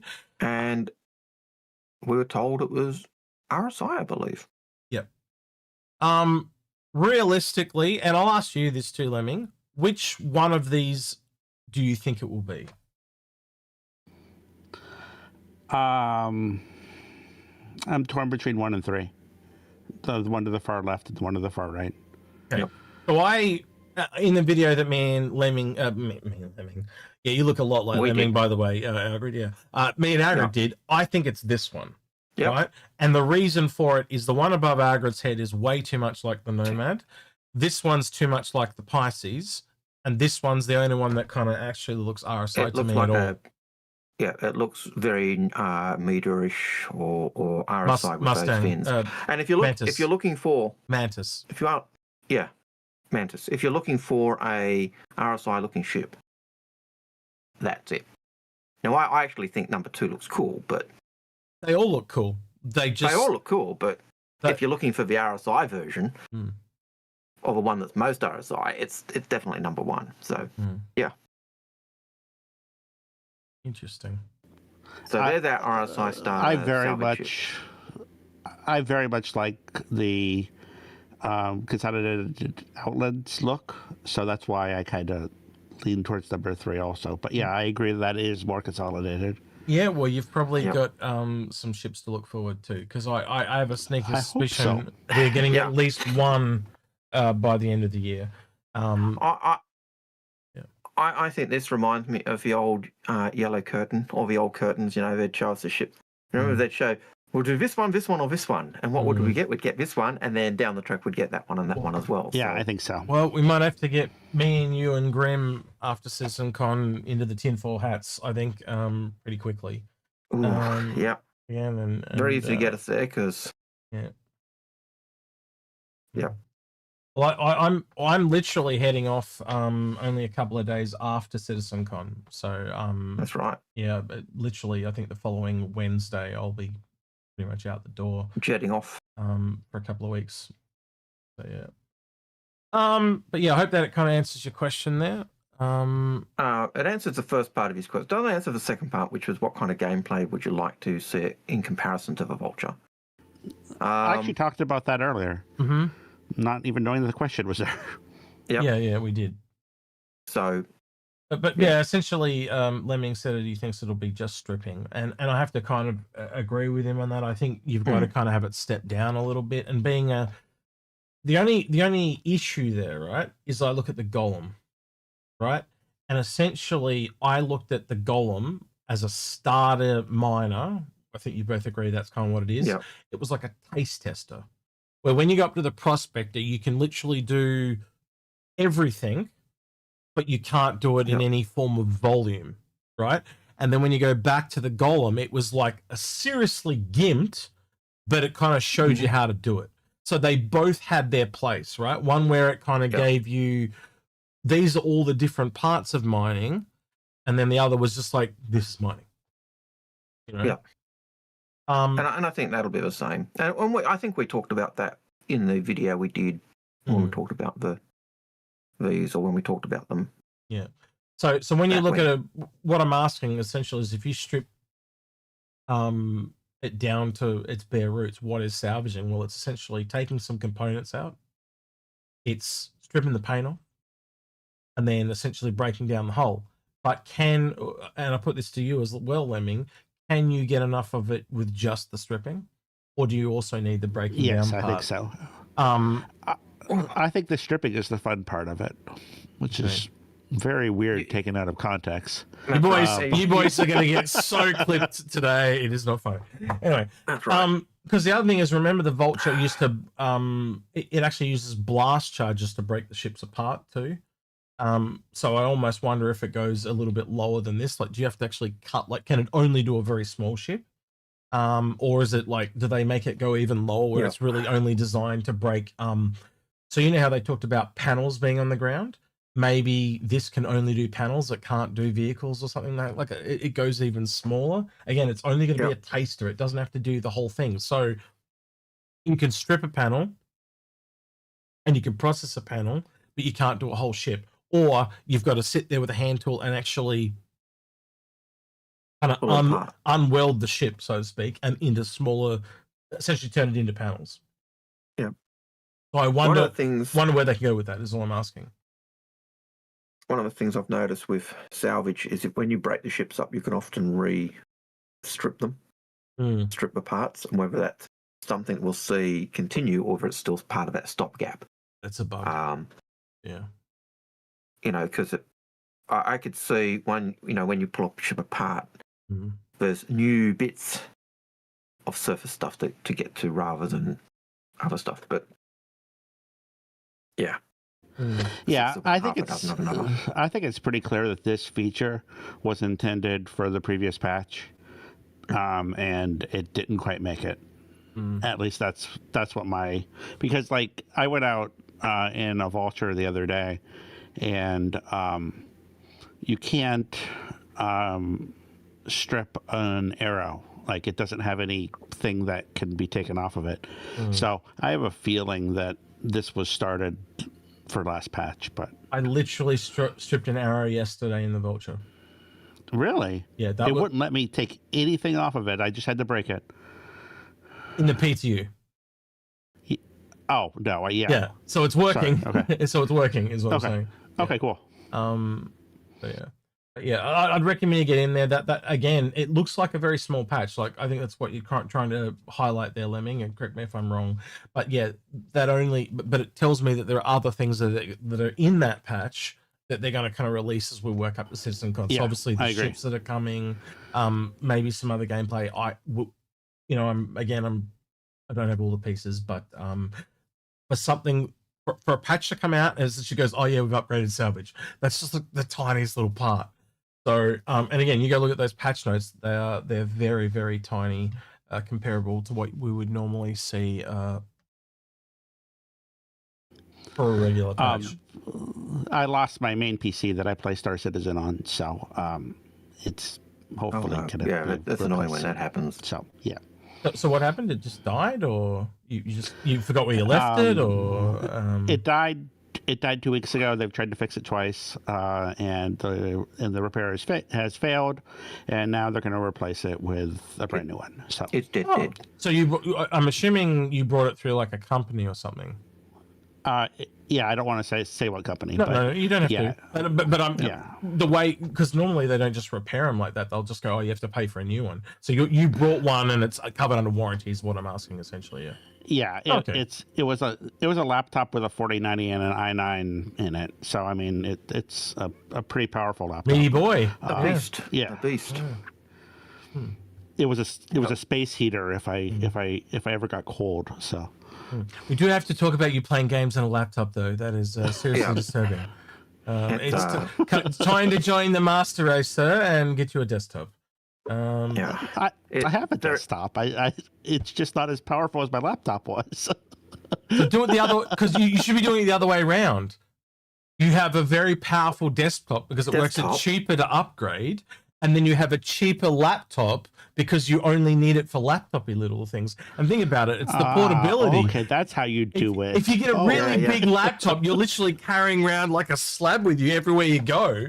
Yet you can get these nice little, and I'll tell you really good, I'll talk to you about it later, but there's these, I got this laptop for my mum recently. I was very impressed with it, called Framework. And it allows you to essentially upgrade pieces of it over time. I was super impressed with it. She got like it cost her about 2,000 Australian dollars, and she got a 13-inch. And I have never been so impressed with a PC laptop. Felt like an Apple Mac, like with all the metal and stuff. but it was just so like because I brought the DIY edition and I just built it right here in front of me at my computer. And it was like so quick and easy, like Lego. To be clear here, hashtag not an ad, yeah, not but sponsored. could be. Yeah. But could be. No, I don't think so. I don't think they'd give us a laptop, but I don't know. Maybe one day. Maybe I don't know. We don't really do things for money that way, but yeah. Yeah, and for those who are wondering, a slab is a case of beer. Yes. Oh, I didn't know that. Thank you. Yeah. I figured it was just a slab of concrete. Usually like usually like a 50 pack of cans or bottles is what we call them here. Is a slab in Australia. So yeah. So not when you get the boxes of cans, that's and the standard things you get from the pub. Yeah. That Access, is a slab. Thanks for the bits. Yep. Oh yeah. Thank you. So, Access for the bits. Didn't say those. Sorry. I'm trying to do. Yeah, two things at once. we're really good at noticing the stuff that we get on Twitch.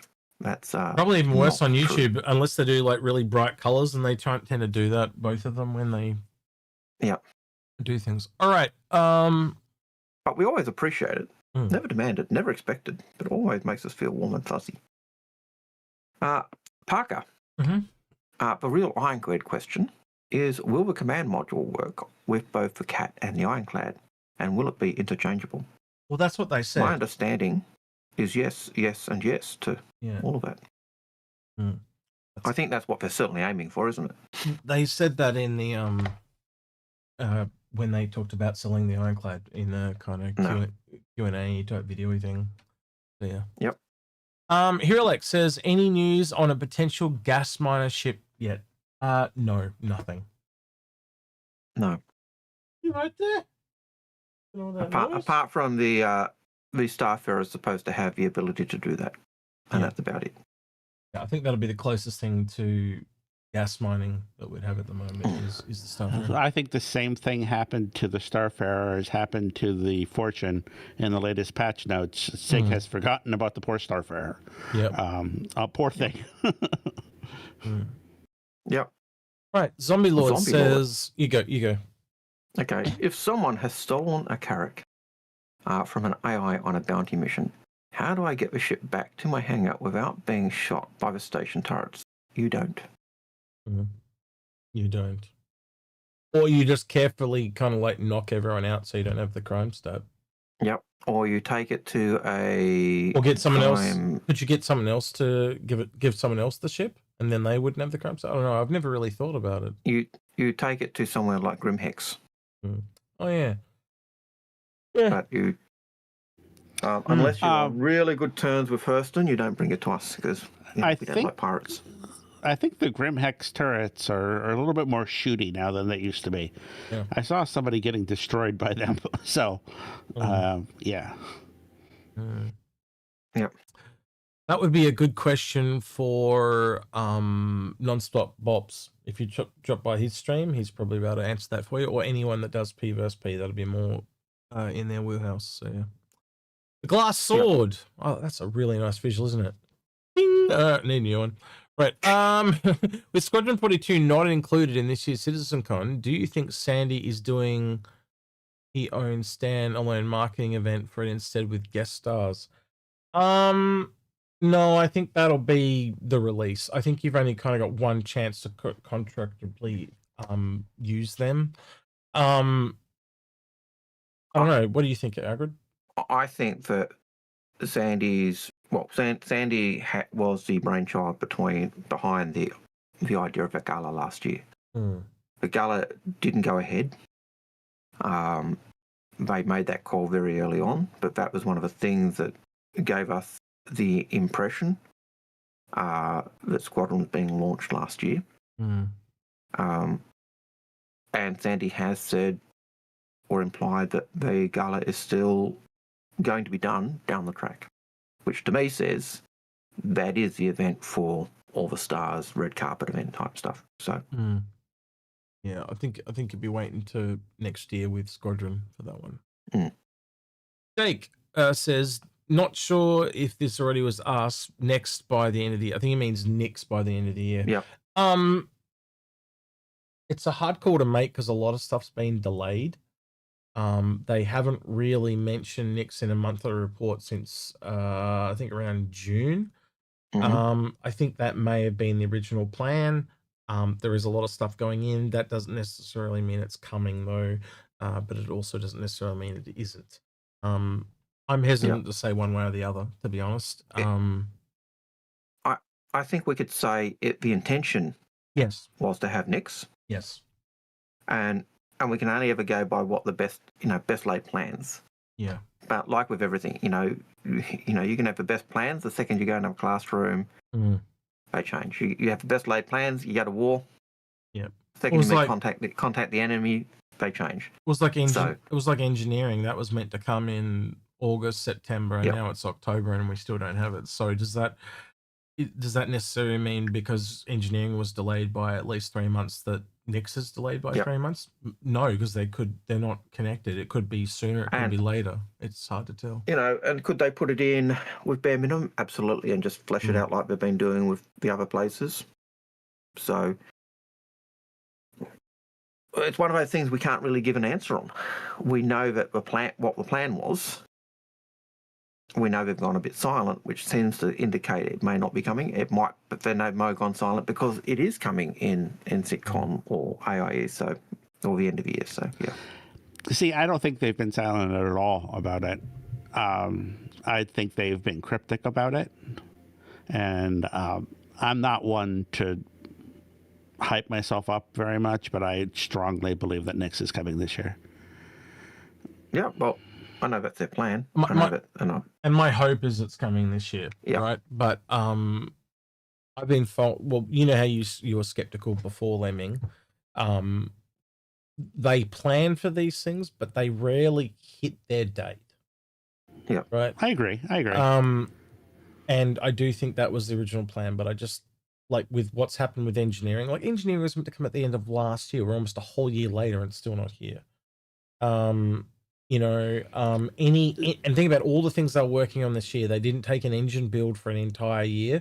Now that's essentially why we haven't had engineering, because we've been waiting for that engine build to drop, and it just delayed. That doesn't sound too so again, I should go and get my tinfoil hat on.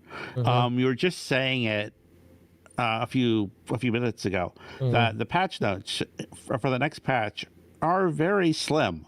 There's not a whole lot there. And if Nix is in there, that would thicken those patch notes out quite a bit. So just saying that. And they wouldn't have it in right now, but I mean at CitizenCon, isn't it next weekend? Yep.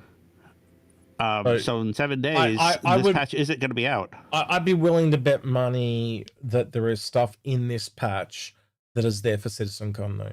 Right? At the very least, that there's a couple of ships hidden in there somewhere. Very least.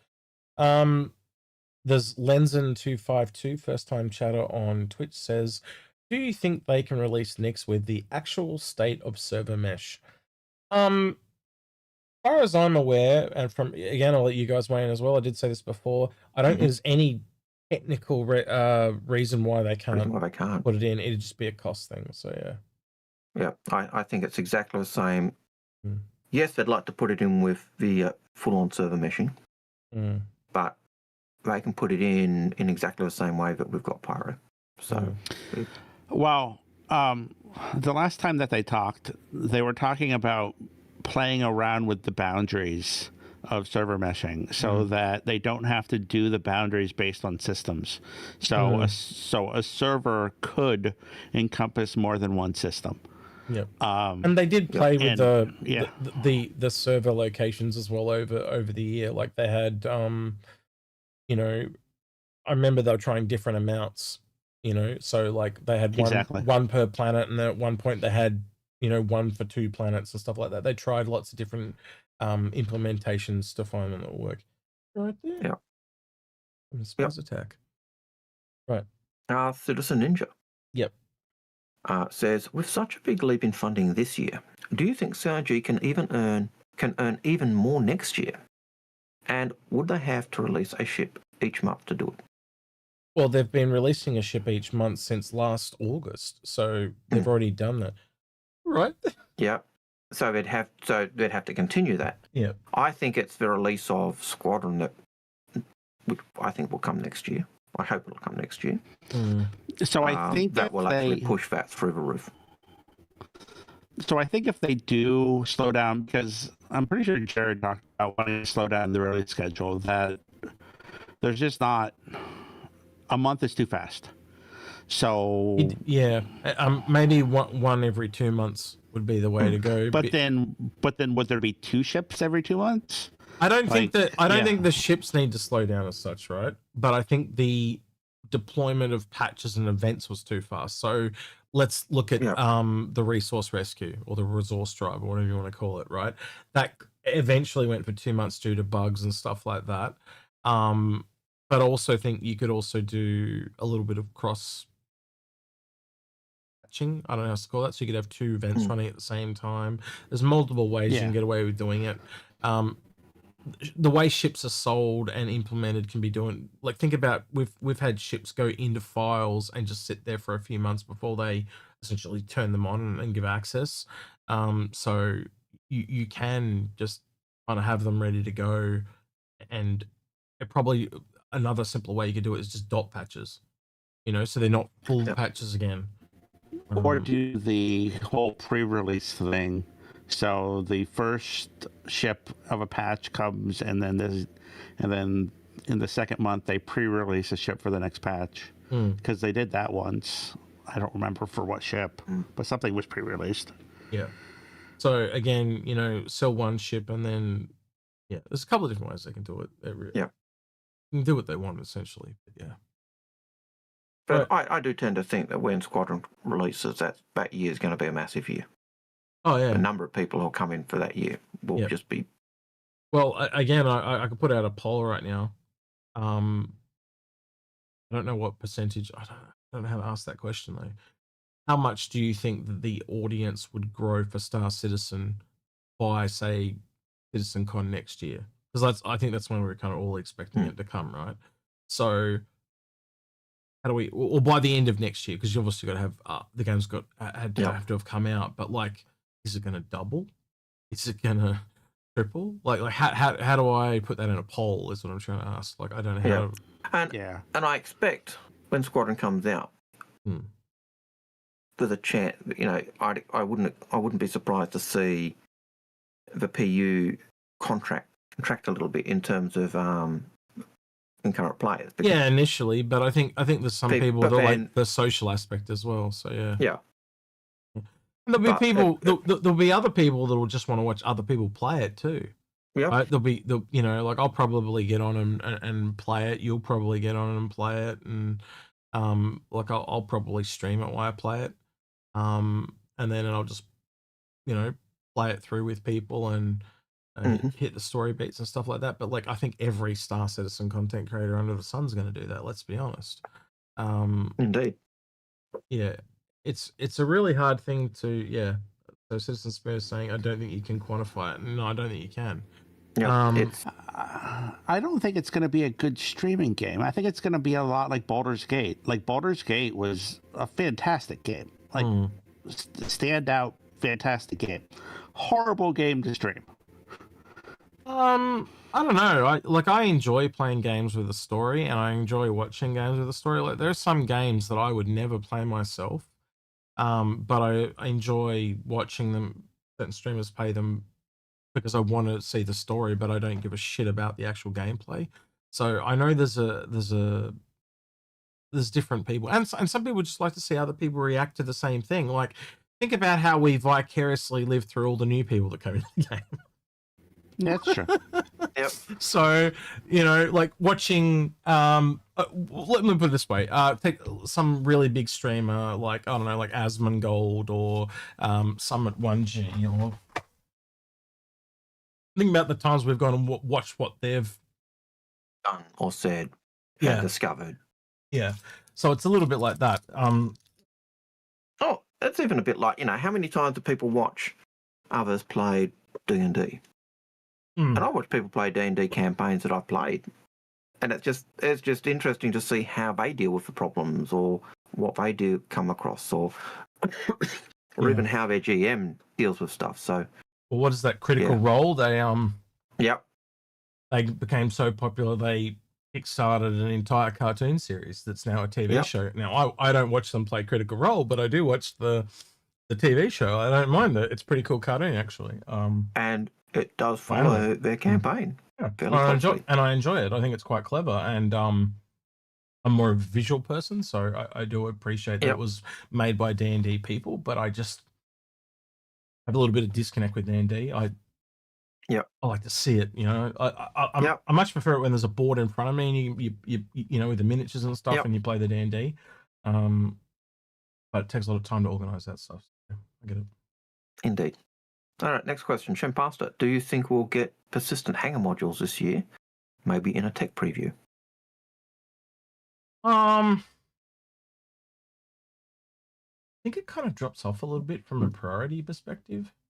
When trying to I think you're right. Oh, they actually talked about that. They said that they want to make them modular, for lack of a better term, and but it's just not a priority right now. Yeah, I mean, yeah. And I think for a lot of things, no, it's not coming this year. Oh, sorry. I think for a lot of things we want, it is often ends up being it's not something. It's things like that. It's not that CIG aren't going to do it. It's the matter of where does it fit in that priority order, and it's the same with ships. You know, we often say, "Oh, I want this ship," and they say, "Yeah, we could do the 600i," but then that means we stop development on another ship, and you know, what would you rather? And they set their priorities. So yeah. Oh God, I want the G12. I want the G12 so bad. Then you've got serious issues because again, priority. Admiral Kusanagi says, when Squadron 42 comes out, I'm going to be doing a complete Star Citizen content blackout. I don't want to see Jack Squat until I see it firsthand. And I think a lot of people are going to do that. Yeah. Right. I think a lot of people are just going to go into their man cave or whatever, you know, equivalents, and they're just going to basically play the game and not talk to anyone. But again, I will probably do it more of a social experience. I will play it and share it with people. That's kind of, you know, I think correct me if I'm wrong, right? But I feel like that's expected. Would you rather I not stream it? Again, you don't have to watch it, right? But I think there would be some people that would want us to do that. I don't know. Maybe I'm people wrong. would like that. That people would like to see how we fail. Or how we crash into planets, or or do whatever. But you know, but yeah, right. Like I get that as well. Like I know the story and the script for Squadron 42 is out there in the wild. But never touched and I've avoided finding out about it. Yeah, same. I've heard some bits, but I've said no, I don't want to know more. Don't tell me. But I have picked up snippets. But yeah, for the vast majority of stuff, I have no idea, and I've deliberately kept it that way. Algared, I don't think this is too much of a spoiler, but I've heard in Squadron 42 that you're a pilot in the Navy. Oh my God! Yeah. Oh no. Revolutionary. Oh, damn it! You've spoilt the game for me. I didn't know that. All right. Let's address this for once and for all. Lemming. What is your obsession with this? Yeah. I love it so much. I love it. Why? I love it so much. Why? It's a smaller... Can anyone else hear him salviating? I can hear him salviating. His breathing is intensified and everything. Like he's having heart palpitations. It carries less than an Ursa. It is enclosed like an Ursa. It carries less than an Ursa. It's bigger than an Ursa. You mean it's closed like a Cyclone? So essentially, we get everything we need from the Cyclone and the Ursa. This is not a priority right now. Yeah. Okay. Okay. So it looks cool. Yes. Okay, but we've got an AI Cyclone. So an AA is in any air Cyclone. We've got a turret Cyclone, and then we've got a racing Cyclone. So all those things are kind of covered already. That's like comparing a Subaru to a. Oh, so you're a snob. To an Acura. So you're a snob. It's not even the same thing. Well, it's very similar. Old Man Hurston will agree. Yes, it is much better than a cyclone. Yes. I'm pretty certain Old Man Hurston would agree. But when you're looking at the development and priorities, it's not important. Would you rather this or the Ranger? Oh God, that 100,000% 10 times over. I think the Ranger adds more to the game than this does. Because of you get something new. You get ground two-legged vehicle. You don't get anything really new with this. That's why it's knocked off the priority all the time. I don't think the Ranger adds a single thing except a slower hover bike. But it's not hovering. It's a ground vehicle. Right. I'm saying it's a slower hover bike. But I could say the same thing about this. You get nothing but a fatter Cyclone. That's enclosed. A fatter enclosed Cyclone.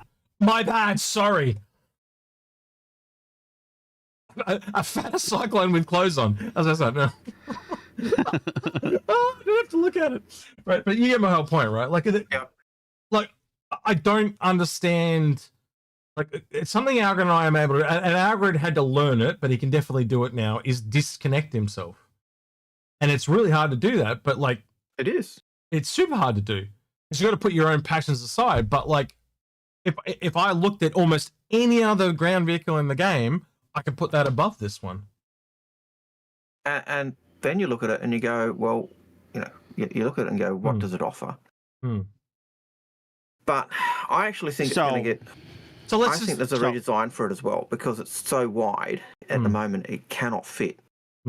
It doesn't fit the standard metrics for ships, and part of that's wideness and stability. Hang on before you go, Lemming. So Marlax 101 says an enclosed Cyclone is useful. Yeah, but we've also got the Ursa that's already enclosed. So the point we're trying to make is everything that this offered, this is a middle ground between two things we already have. And I'll give you another example: the Redeemer and the Constellation Andromeda. The thing right in the middle of those two is the Corsair, right? Now, the Corsair is really popular. But the priority is it doesn't really need to exist because the other two kind of do that, right? But they did make the Corsair. This is the kind of same thing as that, where there's two other things that kind of do what it does, but none do exactly what it does, right? So it'll get there eventually. There's a need for it. I absolutely agree there's a need for it. But it's a priority of need, and that's where it drops way down, because you can either take one or the other, and that's the problem, right? And that's why it's just literally sat there spinning its wheels for ages. First time Jetta spinning its wheels. Viticus says this one should have a cup holder. It probably will have a cup holder. Probably does. Instead of a coffee maker, it has a cup holder. Yeah, a cup holder. So, a couple years ago, I was training with. Along somebody that did the what is that? The demo rally. Yeah. And so you have two main classes in the demo rally. You have a Cyclone class, which doesn't take 72 hours to complete the race, and then you have an Ursa class, which does take 72 hours to complete the race. I would love to do the demo rally in something enclosed and something that wasn't dog slow. Right. So that's where my draw for this is. So what he's saying, Algared, is he wants to rock DS. That's what. Yeah. Well, again, it's that priority thing. Yeah. It's not needed. Yes, would it be lovely to have? Absolutely. Does the extra wide base give it stability? Yes. The reason me and Algared are doing this, by the way, is not to have a go at you. It is literally to try and teach you priority. No, I'm good. I'm good. I'm good. I'm going to beat you with a priority stick until you understand. So I would say the same exact things about everything that you're saying about this not being needed, and I would just look at the Golem. I don't think the Golem adds anything at all to anything. I think it did because it really this does. I think it did more because it lowered the price point a lot. Like you're talking, it's a price factor there, right? You're going from $150 down to $60, and don't correct me if I'm wrong. This costs more than the Golem. I'll look it up real quick. I don't want to put my foot in my mouth, but same price. It's the same price now as the Golem. Which is kind of crazy to me, right? Like again, It's insane. Like, and this is the default. The others go more expensive. God, is the Star Citizen wikis died again? This last week too. It's died. $60 vehicle versus a $60 ship that can go between systems. Yeah, and it gave access to people that people didn't have, and now you got to add 6 months to that. That very shortly will be available in game for people to earn. And so I think. Yeah, same as the RSI salvage, isn't it, Algared? Like, you get those people coming into the game and it's like, oh, I don't want a versatile cargo ship, but oh, hang on, I can get a miner or a salvager. Well, that intrigues me a lot more. Yeah, and it gives the idea of those really base starter ships in profession is that it gives you that taste, and so it helps people get into that profession and learn that profession. So a vehicle though like that, I don't see it adding as much. I can get. Is it something we want? Yeah. Yeah, I get what you mean about priority order, but I still would put the Golem above this. I'm trying to think of something else that would be. It's similar to the X1, right? You know how we had the Nox, we had the Dragonfly. It was at that point, it was just another hover bike. But what made it really interesting is when it eventually came out was I can't remember the exact model, but the one that had the shield. So they actually made all those changes, and it actually made the X1 have this, this cool thing. And we've seen it again when the Pulse came out. The Pulse came out and it was just like so much smaller. So they were actually almost making these little tiny things that made them all kind of unique. It's the same thing, but there's just not enough uniqueness between this and the other two. Well, in the same way, I'd say the Ranger, even though it brings in two-wheeled vehicle. What do you get? Great asset to the game. But what do you get? It's not priority. Yeah, you get a racer, you get a one with a turret and one that can carry cargo. That is all. And quite honestly, I'll take the Dragonfly because it does the cargo and it does the guns. Like, so in a weird way, it's shittier than the others. So even though the Ranger would be great to have, it's not needed. It's a worse hover bike. I get what you mean, but the thing it does add that you get is that it is actually on the ground. Right. So what we're saying is eventually they'll probably do another ground bike, right? So it gives you that tech to build another one. You don't actively get anything when this goes in that's not already there. All you're doing is taking dots and connecting, or tech and connecting them to get to this. And that's what we're trying to show you. It's very hard to do.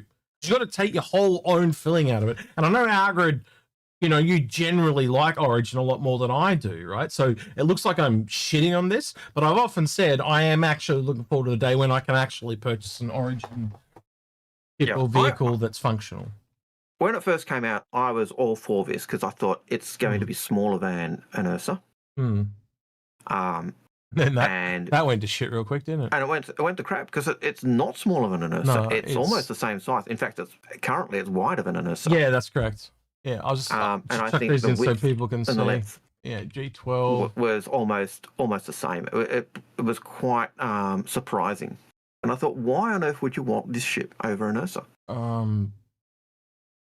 A Cyclone. What'll be the other one, wouldn't it? Cyclone. So let's just chuck these three in real quick, and I will go into the other view real quick, and we'll go top down because that's probably the easiest way to see them.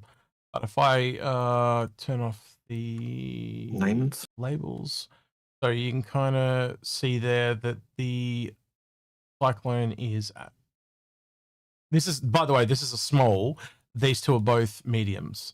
So, yeah, you can kind of see there that I select them both. It makes it easier because it puts a square around them. But you can see that this is wider, but it is also a little shorter. So, yeah. Whereas that the shortness loss is minuscule compared to the cargo loss and other stuff. It doesn't look cool, yeah. Another one that falls into this, actually, I think you'd agree with this one. This is a similar issue, and it shows that it didn't need to be done. Was this thing? Yeah. They didn't need to do the MTC because the MTC just does the same thing. It's the same size. It's like an armored Ursa, basically. Yep. But you lose the cargo, and you just get military suit lockers, essentially. It almost becomes a military version of the G12. Yeah. It has that same lack of stuff. That, yeah. Yeah, I hope we get some more variants of this one down the road. We'll have to kind of wait and see. But again, with those ground to air missiles, remember that might be something to do with one of these. Or another vehicle, definitely. you know? Yeah. Because new ground air missiles it's not something you see in the files every day. Like that's a pretty uncommon thing to see. So Indeed. All right, next one, Algared, if you'd be so kind. All right, next one, Drazen, and this will probably be my last question. Yep. Because I have to shoot through. Drazen says, Inforunners, plans for SitCon. Well, I think we've actually talked over those. So we'll do one more. As we said, stream it a couple hours before, watch it with no commentary, and then talk about it, and watch it again straight after with commentary. Yep. So Swift Werewolf. So 3-part question. Hull B for IAE next year, Raylan for Alien Week. Finally, which of the two do you think will have a higher price jump? What was it? What were the ships you mentioned? Hull B, Raylan. All right, so the Raylan, and which has a higher price jump? Raylan only kind of got talked about going into production, didn't it? Mm-hmm. Yes. So you got to add 18 months to that. That puts it at the end of next year. By my math, if I'm kind of wrong, tell me. And then you've got the Hull B. If that's just going into production, again, it's kind of like 18 months. I have to think it's probably, that's a like end of next year type of thing as well, or after. So the one thing that I would say to counter that is I have a feeling that they can cannibalize a lot of the Star-Lancer, the Star-Lancer, to make the Hull B. They can't. What about the other hulls, like the Hull C? Yeah. Well, okay. And Hull C. Yeah. So what you're actually saying is that there's a fairly big miss kit. Let's just blow it. Yeah. Okay. And there is nothing for the Raylan.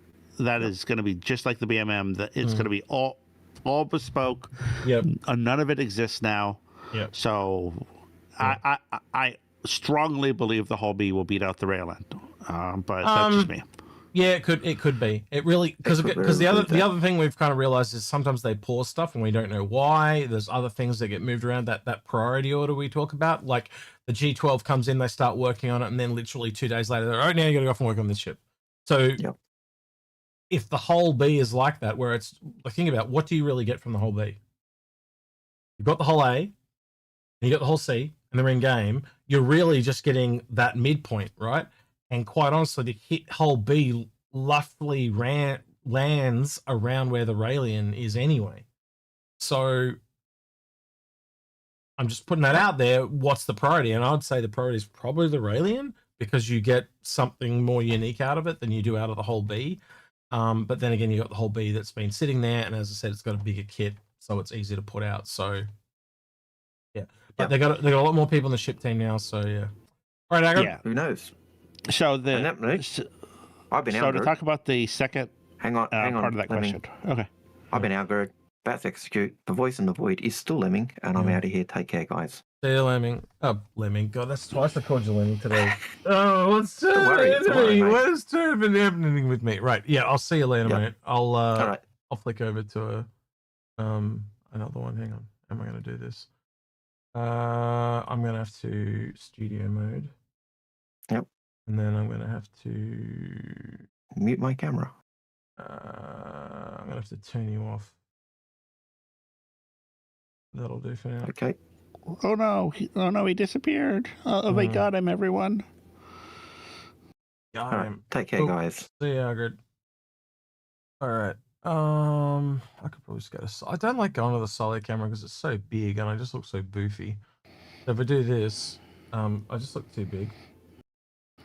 If you want to put I didn't get my that one. picture that you have over in the other one, then you can do that. Well, Grim might be along shortly, but I'll just yeah. I feel like your child is watching a Disney movie or something, because that's all I've heard every time you talk all day. Is there a movie in the background? No, I have background music on. Oh, okay. I hate silence. He's got his own background music on. Right. Okay. Grimm's message is where he tells me, might be a bit for me, unfortunately. We've got an issue with the house. Long story. Okay. So Grimm's going to be a little bit anyway. Right. Okay. Let's go on to the next question. If it's distracting, I can turn it off. But that's fine. But there's another part to that question is price of the Go two. for it. I think that they're going to be about equal. That means that the whole B has to do a lot of work, and I think it may be doing that work at IAE this year. What do you mean price wise? Yeah, like going up a lot. No. I don't think. You really think they're gonna? They didn't put the whole A up. The whole A is pointless. Yeah, but the whole B is like 140. It'll probably go to like 170, and then it's going to be at least 250. It's going to be the original Hall C price, at least. It may do it at once. It may do it like multiple steps, but yeah. Yeah, but knowing where the Raelian is and where the Raelian will probably come out, I just don't see it quite being up that high because it's all completely external as well. I can give you a price increase, but I can't give you a price increase that high. Man, I'd have to really sit and analyze that, but at 140 based on what 10%, so you're only looking at like $50 type of thing, so you're looking at like 190. I think it's going to be 250 all day long. We'll have to see where it comes out. So, yeah. Right. Do you want to read the next question, or do you want me to do it? I can. Yeah, go for it. It is. It's from my buddy Shimpasta. What do you think will be the theme for CIG next year, i.e. the year of features? For next year? Oh, God, that's the future. I think we've kind of got a little bit of tip of the hat that they're winding back a little bit. So, you know, not as many patches this year, because then also the advantage of that is they're probably more detailed patches. I think we'll probably learn a lot more about that after the planning sessions in January, February. But I think everything changes at those planning meetings. So I think anything I would say now would definitely not come to pass. Just look what happened this year. You know, like that we didn't know anything about stability until after those meetings. Yeah, I think it's going to be the year squadron. Yeah. All squadron. If they're going to put a name on it. Yeah. Yep. You know, we've kind of seen that to this effect. That's why we're getting a digital citizen con, because they essentially just wanted everyone to put their heads down, asses up, and get squadron done. You know. So.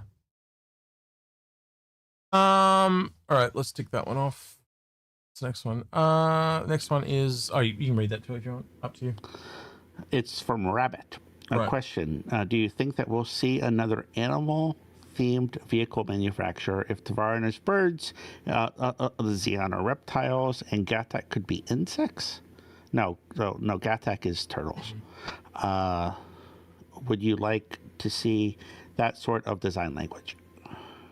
I'll let you answer this one first. I think that every manufacturer is inspired by something. I don't think that there's too many more creatures that make good spaceships. So what you're saying is you want to see grasshoppers, space grasshoppers, is what I'm hearing. Right, exactly. I mean, like fish, I guess. Yeah, they walk around in fish bowls on suits. Yeah. Yeah, but look, they can kind of, well, actually, in a weird turn away, I think the Vandal are fish. I think they're like piranhas.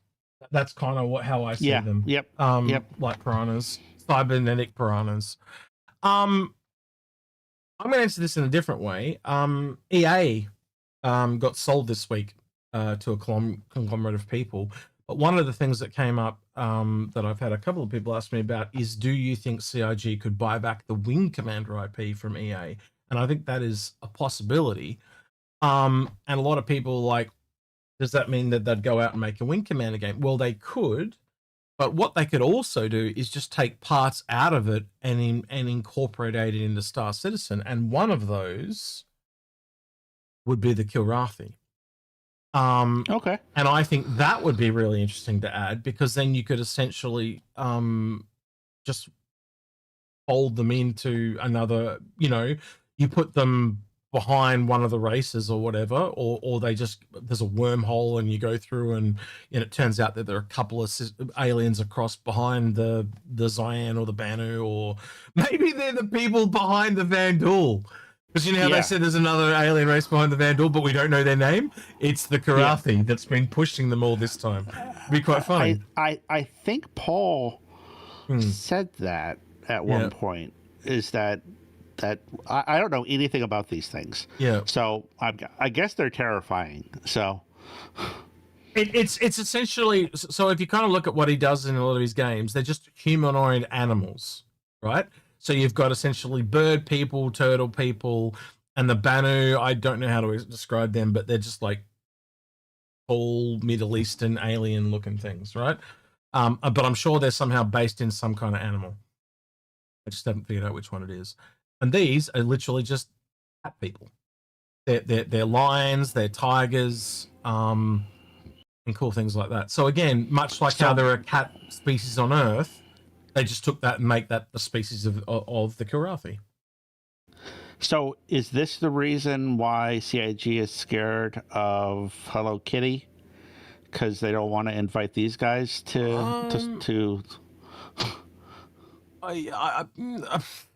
who knows? That's a tough one. It was more of a joke because Hello Kitty. Yeah, I get it. I don't know. It was just an enemy I always liked in the games. The movies, as you can see, they didn't do so well, or when they tried to do them like filmed and stuff, they weren't so great. They came a little bit off like Wookiees and Jim Henson. They didn't look so super cat-like. That's a thing of nightmares right there. Yeah. But when they were in the games, when they were like this, they looked totally fine, because again, you got to take a human and put the mask over the top of them, and so obviously you don't get the skull structure of a cat underneath. They shouldn't have done it as a mask. They should have done it as like a full helmet. Then the problem is, though, then you get a much bigger head, and they obviously want to avoid that. But you take, I can think of several. Look at the Egyptians, for example. They had like Horus. They had multiple different kind of humanoid. You could, what I'm trying to say is, you could essentially take almost any animal and turn them into an alien race, right? Yeah. And so they don't necessarily need to go back down cats again, but you got to imagine Chris has got to tie into this franchise because of he made it, right? Like, it's just that simple. And all the tie-ins that like with the names Freelancer and Starlancer and Privateer and all that have been carried on from his other games into Star Citizen. You can't, Mark Hamill, for crying out loud, you can't Arena Commander, Wing Commander. You can't imagine he doesn't want to try and fold this in somehow. The question I put off to you, Lemming, is how much do you think this is worth now? Because it's been a really long time. Like, it's since the Wing Commander movie, right? The rights are pretty much not really worth as much as they were 20 years ago, type of thing. They've really kind of dropped off. So I don't think you need the rights to make a lion race. But if he specifically wanted to call them Kilrathi, he would. And I think EA. Okay, yeah. I think if he tried to make a cat race, EA would try to sue him. Someone even suggested that someone may try to buy the Wing Commander IP just so they could sue CIG. And I said, well, no, because EA would have already done that. If that was the case. I don't know. What's your thoughts on that? Do you think it's worth him picking this up, or do you think he should just, I think you kind of did suggest it, just make another cat race and call it something else? I mean, it matters how much they want to rake him over the coals for. I mean, I think he would like to own it, just like when an artist gets later in their career, they like to buy up, if they're able to, they like to buy up the rights of all of their music. I could see him wanting to do that, but I mean, it may be really expensive. Wuxtree saying the Stilrathi. I was going to go with the Perrathi, but you were very close to what I was thinking. But yeah, I don't know. Yeah, I think like cat people aliens are very similar to like Space Marines, and Games Workshop tried to sue over Space Marines and failed miserably. So I mean, you can't really sue over. Yeah. Well, they had to change their name in there, but you know they're easily defeated. You just throw out a bowl of milk and yeah, exactly. Yeah, so I don't know. Like again, my brain's in two parts. Do you go back and do something that you've done before, or do you try and break the mold and do something different? And I kind of sit here and go, look, I love the Kilrathi, but I also really want to see the Cyan, and I really want to see the Banu and the Tavaran. They are all very interesting to me. So I kind of a catnip grenade. Someone's at Westries. That's actually pretty funny. They just scatter. They just scatter. A ball of yarn. Yeah. I mean, there's yard grenade. Yeah, I kind of sit there and like even the grasshoppers. I know I joked about that, but like you imagine like a praying mantis type of race. Yeah, that'd be terrifying. You know, they come in and they have a lot of, they're very melee kung fu focused or something like that, you know, so they, but if you actually hit them, they're actually quite weak.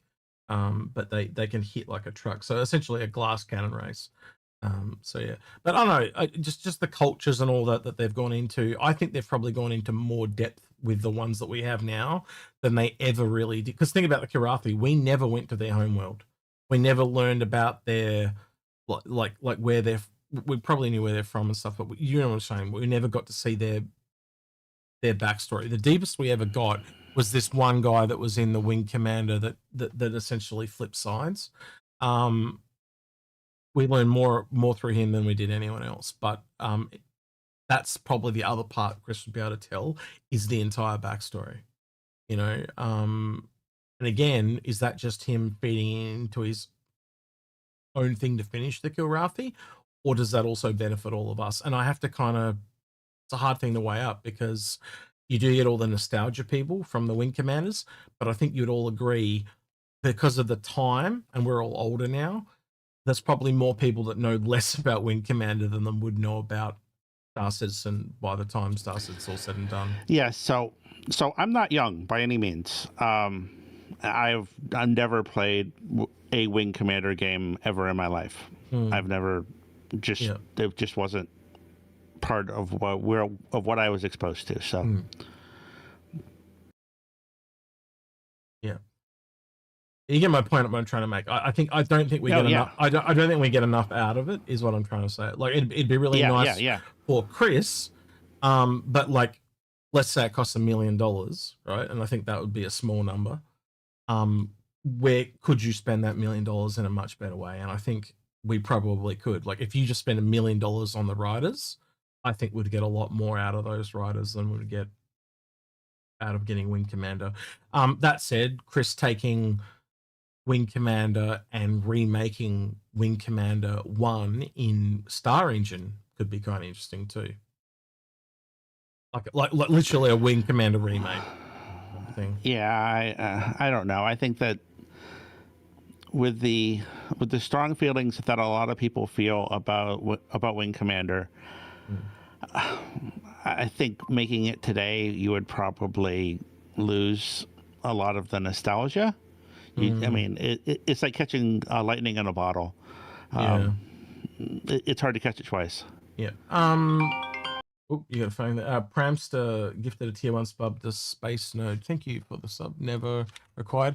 I need to step away for a second. Yeah, no worries. So, I'm just gonna Google something here. Wing Commander. So Antioch 05 is a first time chat. Says, wasn't the Nephilim from Wing Commander 4 bugs? And I'm assuming I don't remember this. It's been that long, but yeah, they kind of do look bug like. So yeah, there is kind of some bugs, I guess, that was already in Wing Commander.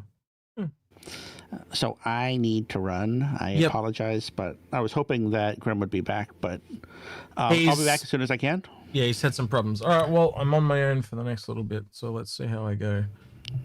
Sorry. That's all right, man. Take care. I'll see you shortly. Alrighty. Next question. Let's go. Rabbit, we did that one. Could you see land yacht size vehicles coming to SC limited by garage freight elevator size? Do you see yacht size land vehicles coming to SC limited by garage freight elevator size?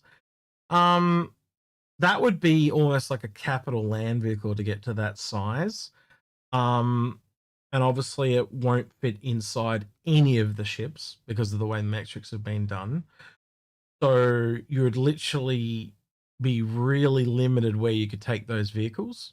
You're essentially gimping them to wherever they're spawned. They could only ever be moved by being reclaimed, essentially. Or within SRV. And I have to kind of sit there and think of the gameplay benefits, and I really can't see the benefit. It obviously allow you to build much bigger vehicles, but yeah, I just can't see the gameplay need because again, most vehicles kind of, how do I put this? They're almost like think about how people use them at the moment, like the Pisces or a Nursa.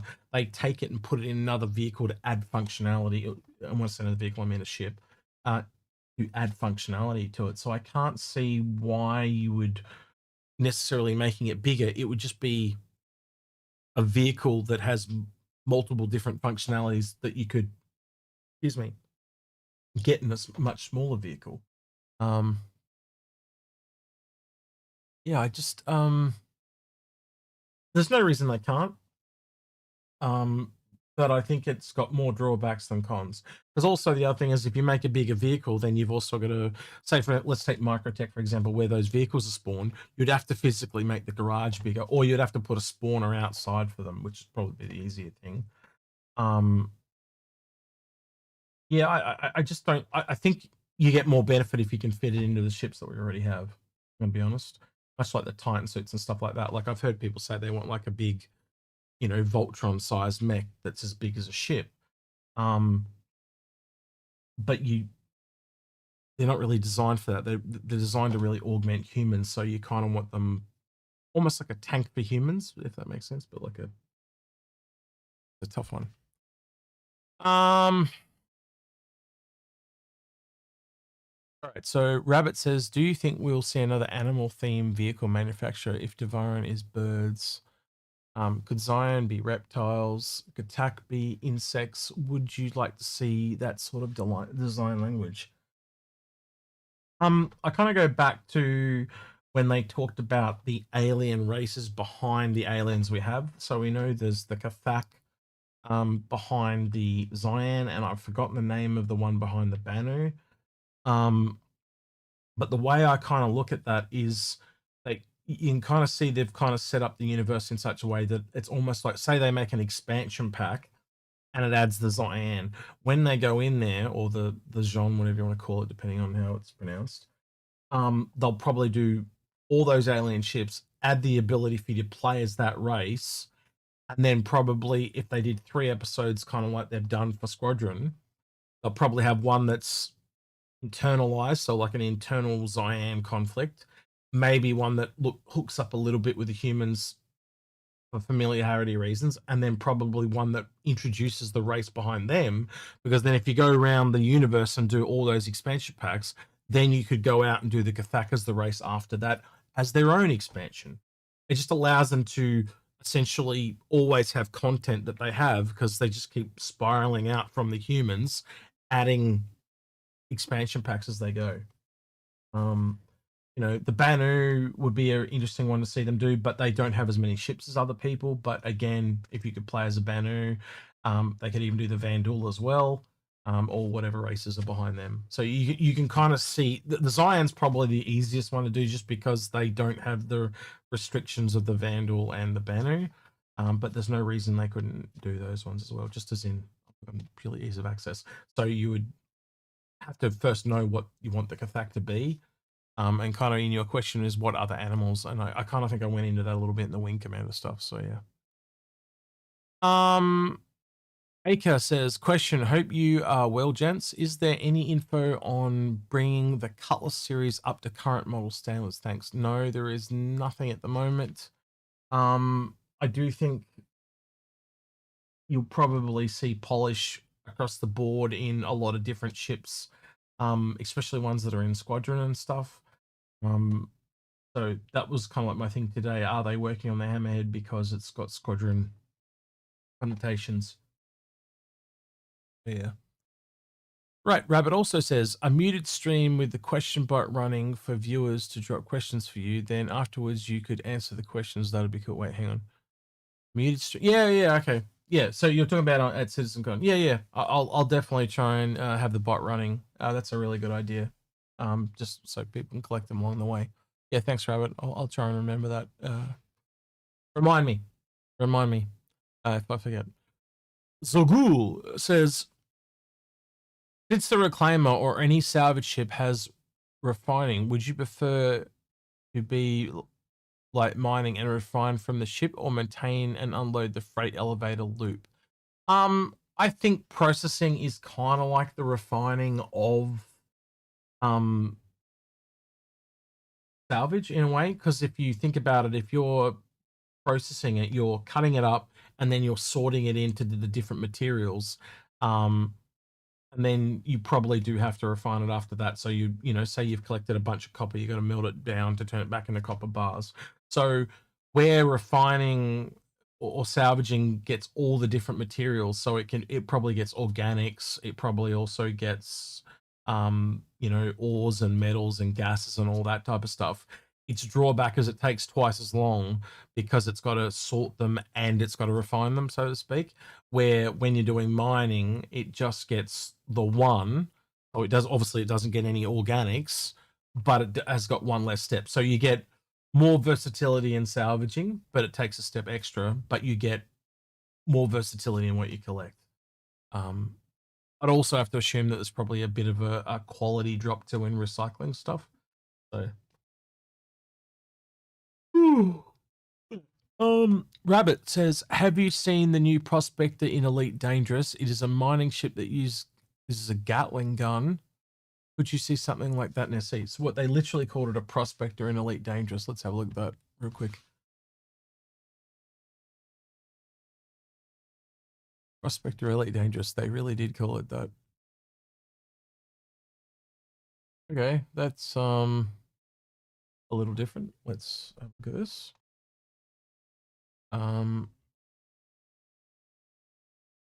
I don't know enough about Elite Dangerous to talk about it anymore, but looks pretty industrial to me. It kind of gives me the Drake yellow vibes a little bit, and that's about it. But it does look a little bit junker and cheaper, like our Drake ships. I don't know enough about Elite Dangerous to really comment beyond that, to be honest with you. It's just not my forte.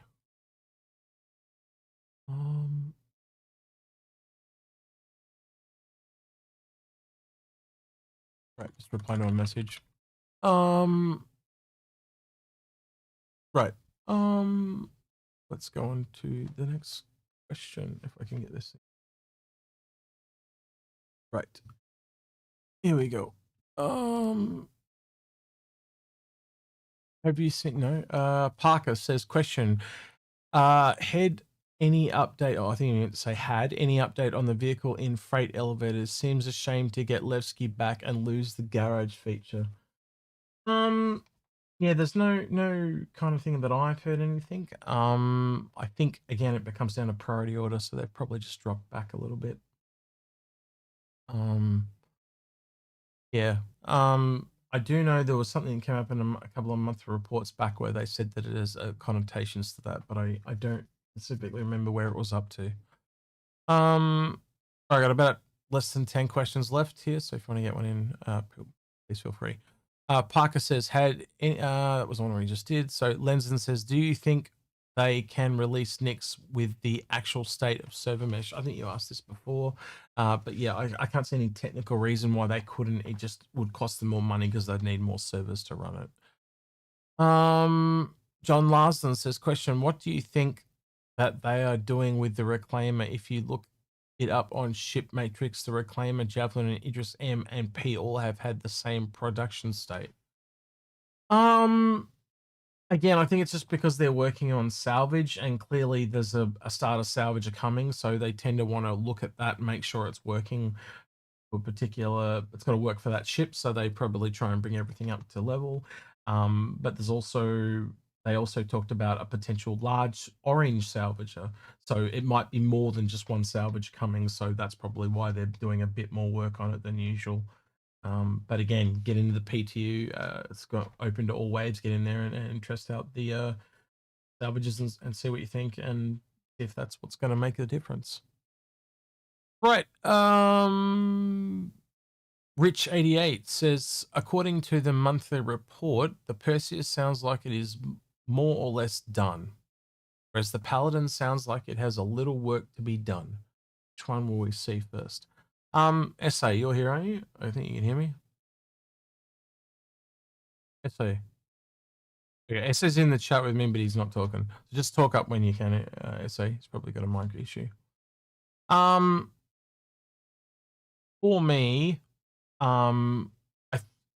I kind of said earlier, the Paladin having the Digital Con goodies pack, having the flight suit in it, I think that is at least what they were planning.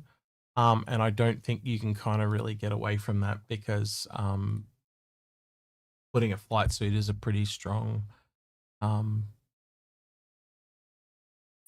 message.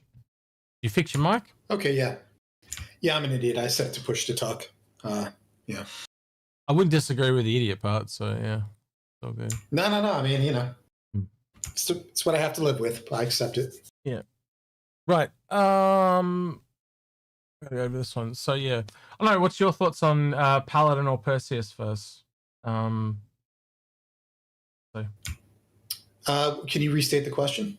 I'll read it again, word for word. The question was from Rich88, who said, according to the monthly report, the Perseus sounds like it is more or less done, whereas the Paladin sounds like it still has a little work to be done.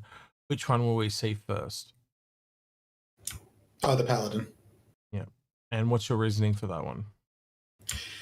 Just because if you look at the overall workload that it's going to take to have that function, including the bespoke turrets that the Perseus has, it's a lot lighter lift. It's using a lot of existing assets. So even though it may not be it could be behind in the state. I didn't read that myself, but even if it is, it's just a lot easier to push out. There's just more there for them to work with. Yeah. And front and center, you've got this Paladin flight suit. I think it's very hard to at least not look at that as their intent for this thing to come at CitizenCon.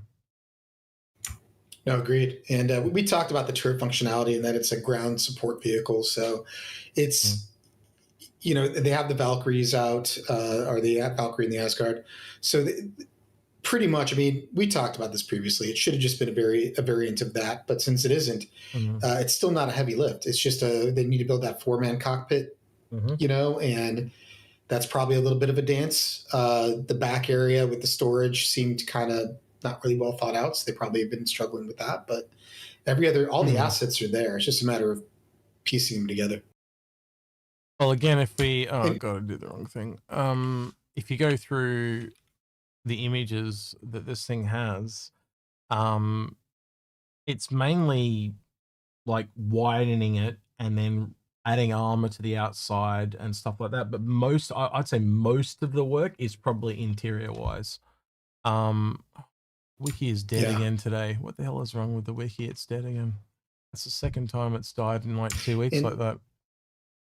The beautiful thing about the design of Anvil is they could, out of all the manufacturers, Anvil's probably the easiest one for them to crank out, maybe followed by Argo, just because you're looking at very simple greebling, very simple design aesthetic on the outside of the vessel. So it's pretty, I mean, look at that. Look at the large plates of armor. It's just easier for them to basically build it out on the outside of the ship. And then you just got to worry about the inside. Well, again, using the tile set that they've already got, you can already see things like the stairs here are exactly the same. Yes, they're going to widen the cockpit, but again, a lot of the floor and the walls are made out of panels. It's just essentially all that modular kit, and again, it's just 2 floors, and you can even look inside the 2 floors that we have. Stairs are essentially the same. It's just that one's got a ladder up and one's got a ladder down. So it's only really that part there that really changes.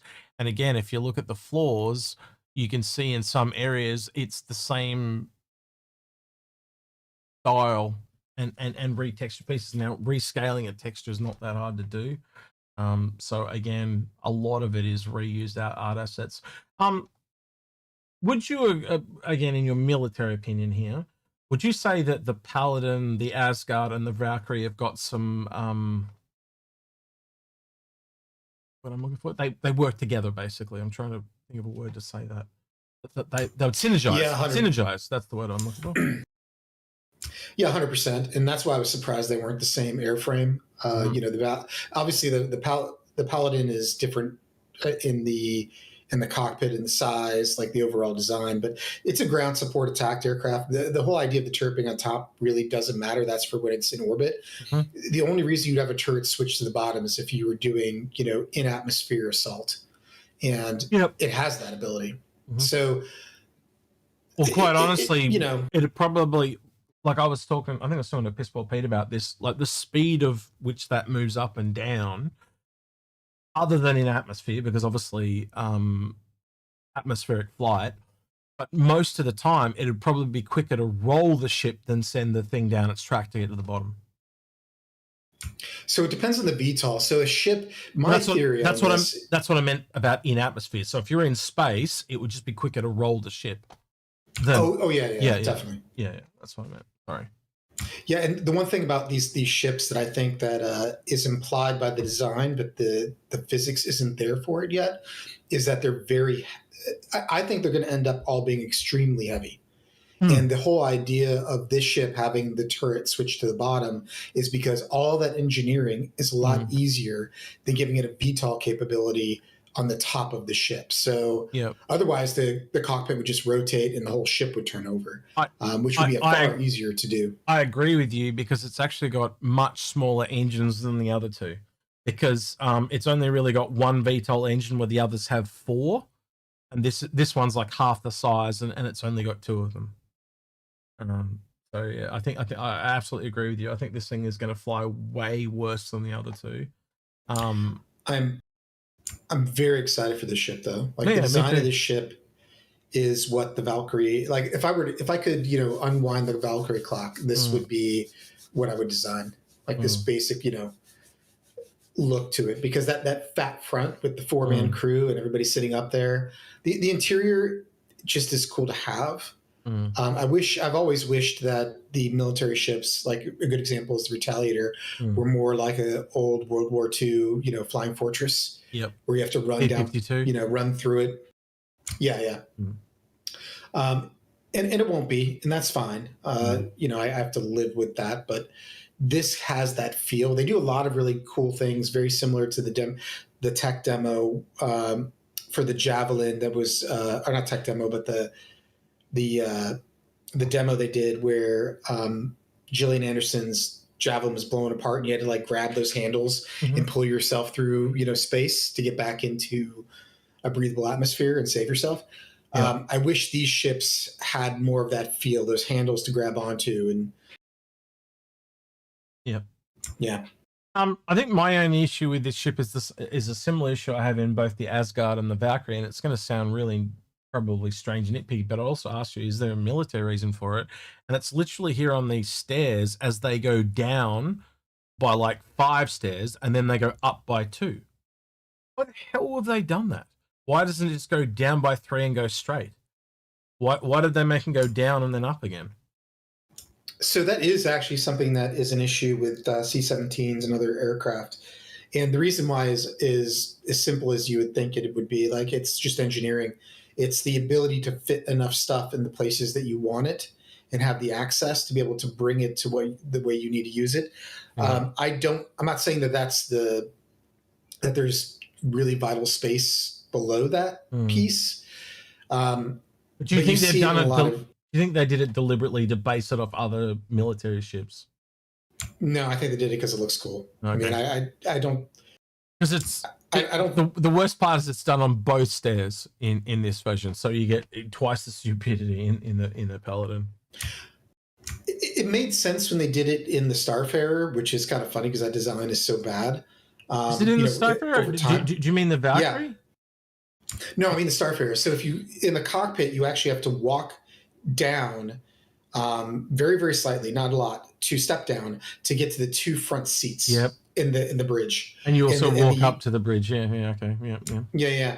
So they're doing it, because it has a really cool feel to it. I think they did it in the Starfarer because you have like a captain's chair that's elevated and you're over, it has like a very much a Star Trek The Next Generation bridge feel where all of the non-pilots were up on a lifted area. Yeah. And then the pilots were below everyone, and the captain was at their level. But I think what they're going for here is that, hey, you have a very layered ship that's, my guess is that they're going to try to make it feel tighter with the movement, similar to, is it the Retaliator or it's not the Terrapin. I think it is the Retaliator that has the steps down right in front, right? No, Retaliator's got a lift. Terrapin's got a ramp. No, not out to the outside. I'm talking about like to get to the pilot's seat. There's a ship where you have to step. Is it the? It might be the MSR. So the Terrapin's got 2 steps, and the Vanguard's got one as well. Vanguard, that's it. Yeah. The Vanguard is what I'm thinking of, because it feels really cool to like have to ascend to the seat and then get in it, and you're locked in. You feel like you've ascended to something, or it's. I think that's what they're going for. I just think it's purely I mean, one of the other things is look at the bulkheads too. Yeah. There's no reason to have this many bulkheads in a ship this size. It's just, I think they just designed it to look cool. And you don't think it's for any combat reason at all? Like, so it stops things getting sent into space or anything? Well, look at that center one, right? The one right behind the cockpit. Why not, like, unless there's a lift that goes straight down to the ground, what is it doing? Yeah, well, it's basically because even if this first door's popped, it's still going to go up the stairs to the. Yeah, it kind of really doesn't do much. It's just got to be looks based. Yeah, you're right. It'll just travel up the pipe. Well, again, you'd still have the door above here, but chances are if this door here's damaged, the one directly above it's probably damaged as well. On YouTube, I don't have a Twitch open, but on YouTube. Marlex 101 put kill hole for grenades if people try to breach the cockpit door. That's not an unvalid point, but I mean, if you know the military and how they design stuff, that would never be a consideration. It would just be a convenience. Yeah, it's probably the most removed. Like the Asgard and the Valkyrie, you can kind of see they're a lot similar. Seems to be a lot. Well, you can obviously see why it's taken longer. They probably started the Asgard and this at the same time. And this has just taken so much extra work because obviously they've gutted most of the ship out and expanded the internals. Well, so I'm sure you remember this. We did that Asgard episode at some point. I can't even remember when. And I really felt like the Asgard was what the Valkyrie should have been. And there are things missing. There are jump seats missing. There are all the things we talked about. But the one thing that frame does horribly is it just doesn't manage the space on the lower floor well. And the upper floor. It's just really bad use of space. The thing that this gives me hope for is like look at the seating area, look at the quality of life area. This ship to me says like it's what the Asgard and the Valkyrie should have been in the concept of the internals. And the reason why is simply it's going to be a part of a large-scale invasion or something. It's going to launch from something. I think there's going to be eventually a carrier that's nothing but a transport carrier. So think of like a Kraken, but a lot thinner. And the idea is it just has pads that these ships sit on, so a large carrier can bring them into an invasion zone. Maybe like the ability to load, unload certain things and load up the ships, and then they're all going to lift up from that and they're going to go down, but the crew have to live on these long convoys to get to where they're going to be. And the Valkyrie and the Asgard do a horrible job of that. And my hope for this ship is that it fixes that interior. And then we get the Valkyrie and the Asgard 2.0 front section. they really, because they can mirror them. They don't have to make a completely new, design. I mean, they just can reuse assets and make the interiors and the front the same, which I hope they do. The Asgard's an improvement, but this is, if this is anything like the interior design here looks like, it's going to be a far better quality of life ship. I agree, but also it has lost a lot of the functionality that the other two had. And what I mean by that, this is more combat based, where they were like combat transport. So that's why they had weird interiors, because half their interior was just a space to fit something else in. This doesn't have to do that. So it kind of well, think about it. Once you kind of take out the need for the functionality of the vehicles, right? So they essentially turned it into two floating platoons back here. What else do you do with the stuff that's there, right? So they redid the whole interior essentially, and it doesn't do a lot of cargo. It essentially has better living quarters because you don't have that central area in the same. And again, it goes to 2 decks. So essentially, in a weird type of way, like even if I flick here backwards and forwards, see how they're somewhat similar? Like it's just you don't have the 2 side rooms. Basically, it's very samey, is what I'm trying to say. It just, I don't know. I know you get better quality of life, but the ship is just too big. You know what I mean? Like it is too big. Yeah, it's too big. It's got some superfluous shit. Like again, you tell me, military people, would they be more likely to have just one room with 4 bunk beds in it, or they literally have 2 rooms that just are on either side of the ship with 2 people in each room? That seems extravagant for a military combat vessel. I mean, in a vessel like this, if this was being used in the way that it implies it's intended, where to start this conversation? Okay, so the Air Force is the Air Force run all of the US's larger transport and combat airframes, and that's fine. There's no complaint here about that. I mean, we're the Army, they're the Air Force. We're their daddy.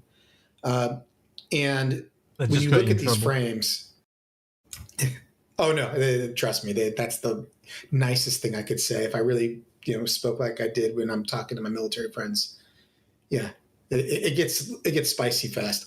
Right. So the closest airframe that this is near to is the Spectre, the C-130 assault ship, and all these aircraft have the ability for crew to do what's called hot swapping, which means you can potentially have space utilized for the crew to have one additional pilot on board, so you can rotate through and stay in the air and refuel. But they don't do it because of the Air Force, and they land in really beautiful places and sleep in very expensive hotels and take off the next day. The Air Force doesn't break down in like the middle of nowhere. They break down in like the nicest resorts in the world. So one of the things like it was planned. Yeah, who would think? So one of the interesting things about the capability, though, is that in space you would have to have the capability, right? You'd have to have extra crew to rotate through. Yep. So in theory, this wouldn't be a 4-man crew. This would be probably a 6-man or even a 7-man crew, and you have like a crew chief in the back managing the ship and engineering stuff.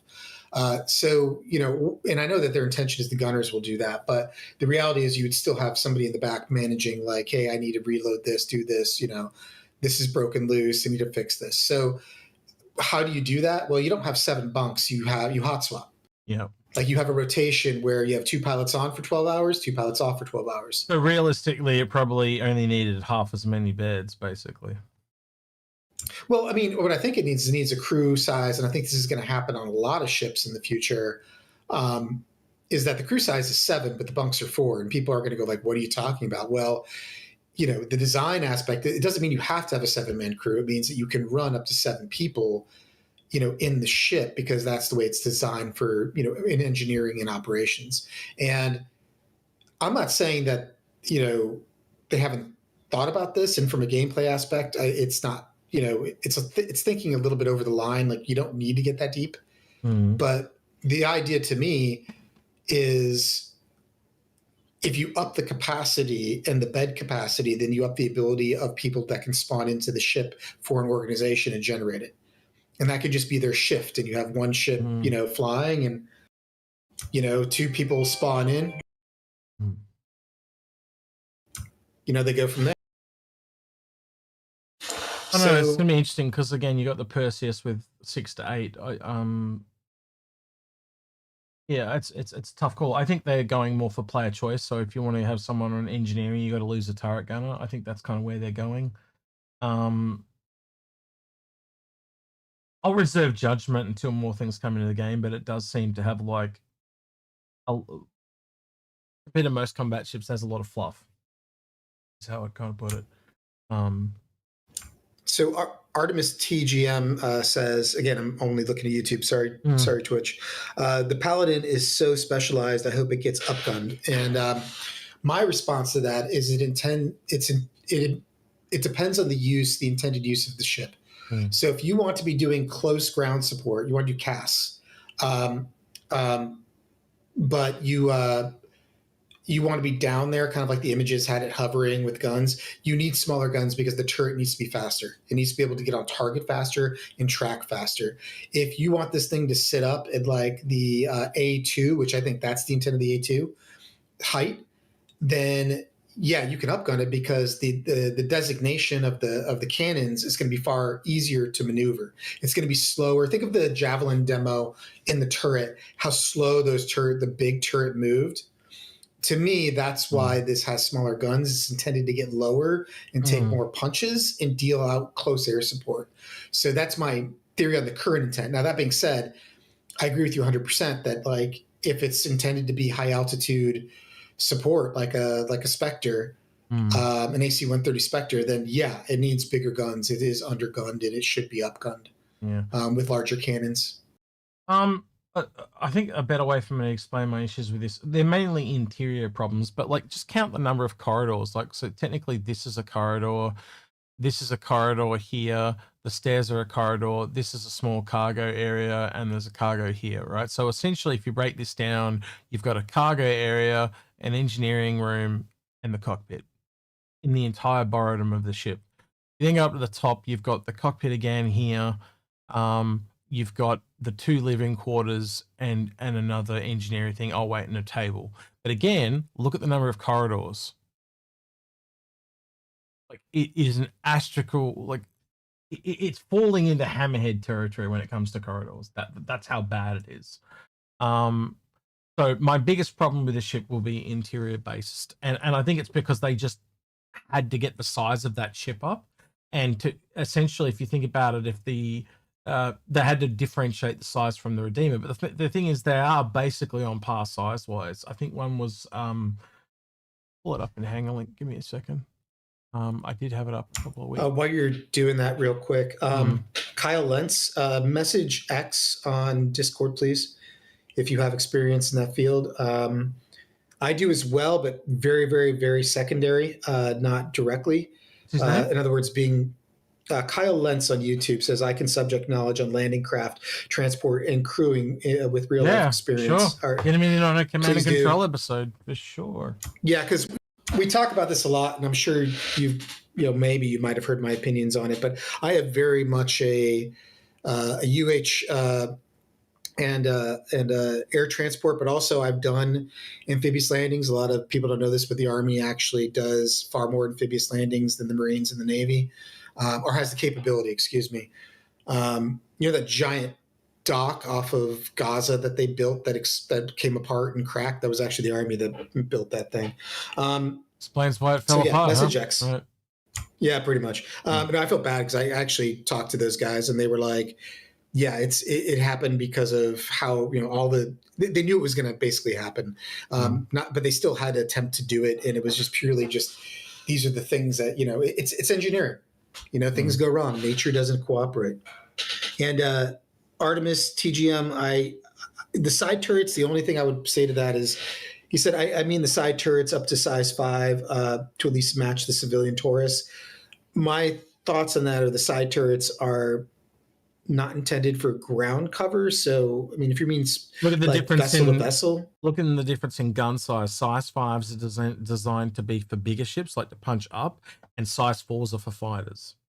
So 1 to 4 are for fighters, 5 to, I think it was 9 or 5 to 10 is for the bigger ships. So they are for different things slightly. And also, I think the 2 side turret gunners are really almost, think about how the whole floor comes out between the cockpit so they can all talk to each other. It's a team thing. So like, all right, they're coming in on the right to get the main turret gunner ready for the size 5s to bring to bear on whatever's coming in from the right. So they're all going to be communicating, trying to get that big turret onto the target. Oh, well, that's what I believe, but you correct me if you think I'm wrong there, SC. No,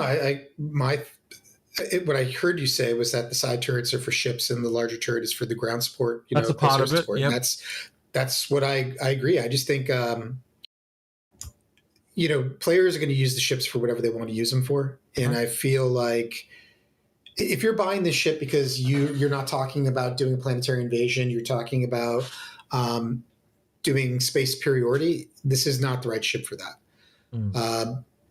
It's the ship that's designed to get punched, and we talked about this when it came out. It's designed to get punched in the face and just brush it off. Yeah. But that is a unique feature that the whole floor attracts like that. So I have to assume that that's got something to do with communication, being able to talk to each other and the teamwork and stuff. Again, if we go back here to Hangar Link, you can see the Redeemer and the Paladin are pretty much on par. But like, again, they both had these really long kind of tail sections. That are a little bit superfluous, if you know what I mean. This one probably not so much, but you get them going here. Like compared to knowing the Asgard and the Valkyrie, you think that they could have made it a little bit shorter, but actually it's bigger than both the other two. So. Well, doesn't the Redeemer utilize the tail? Doesn't it have components in it, like a small little room with some components in it? That ends like here. Okay, all right. I thought it went a little further. So it's just this length here at the top, and it literally, think about where the turret is. It's literally at that back room, and the turret pretty much ends right here at the thing. So that turret is just all external. Or there is a turret on the bottom of the tail. Sorry, I just got what you meant. Yes, there is a turret on the bottom of the tail. But yeah, it's just. Walder 007 says it's a small gunship, same as the Redeemer. C-130s have toilets right now. More of a bucket, but this is 900 years in the future. I bring up that comment only because you bring up an excellent point, which this is the first true cast gunship. But we would tell something that would be designed for the purposes of planetary superiority in the game. So this is the first one. It literally is a frame designed by the military for the military. The Redeemer is, and you and I have talked about this, X. I don't like a lot of the design of the Redeemer, the Nutcrackers, but it is a hybrid of a gunship and transport, and that's fine. There's nothing wrong with that. I've always believed 4 jump seats on the bottom, crew up on top. It like the exact same thing they did in that demo where it goes through and like they do a boarding action with it. I love this ship for that. This is the ship though that should really be, hey, we're going in. I got an infantry platoon trying to take a bunker. This thing goes in and starts taking out turrets, starts running down shields, taking out vehicles. All right, let's go on to the next question. What is the fastest cargo ship in Star Citizen? Well, that's a really good question. I'll have to actually work that one out. I do know back in the day, the Band of Merchantman was meant to be the best cargo ship in the entire game, but I'd have to assume it's just one of the smaller ones now. Something like the Intrepid would be way up there. If you consider that a cargo ship, or what? Because again, as soon as I go to size, that all changes. What about you, SC? So I love this question. I don't know the answer. Hopefully you're looking it up because I don't know. The reason I love it is because speed is relative, right? So we talking just like top speed, which is going to burn too much fuel, which means your distance is low, which means using it for blockade running or smuggling. Are we talking about boost? Are we talking about speed is relative, right? Like what are you trying to do? And the size, how much stuff are you moving? So I'm seeing different answers from different people, but it really comes down to what size of ship he's talking, right? like, if I was to answer this in the most generalistic way I could answer it, I'd say it's probably most likely a Crusader ship, right? Because they are really built for speed.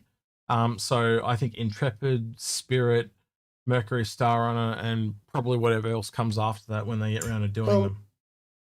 But it's also like, what is cargo? Because like if you include, are we talking one SCU Herald, or are we talking 1,000?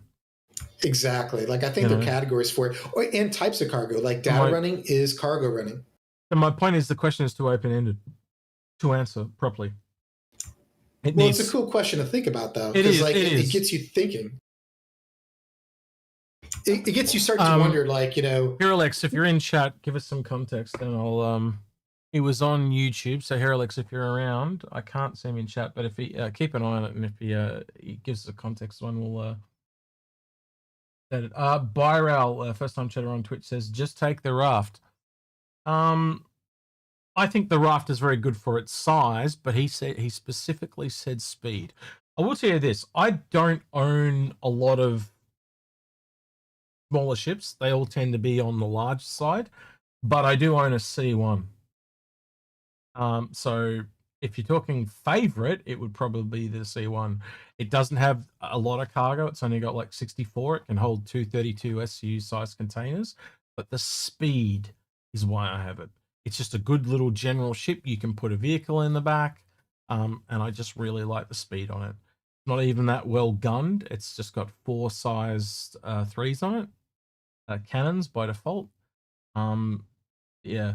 You look at, say, something like the raft, and the raft can hold like 190 SCU, so it's way more cargo.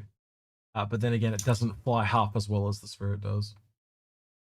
So, my opinion, and it's a little dated, is the best cargo ship for speed is the MSR, because you have a decent clipping speed, you have a good fuel capacity, you have the really good size jump drive. That you can upgrade, and you can take data and you can take cargo. So is it going to take enough cargo? To me, the MSR is the one thing they got right with it was it's the Millennium Falcon, right? Like it's the, you know, it doesn't take a ton of cargo, but if you need to get something in somewhere, you know, somewhat covertly, it can probably do it. At least the current state is not the greatest.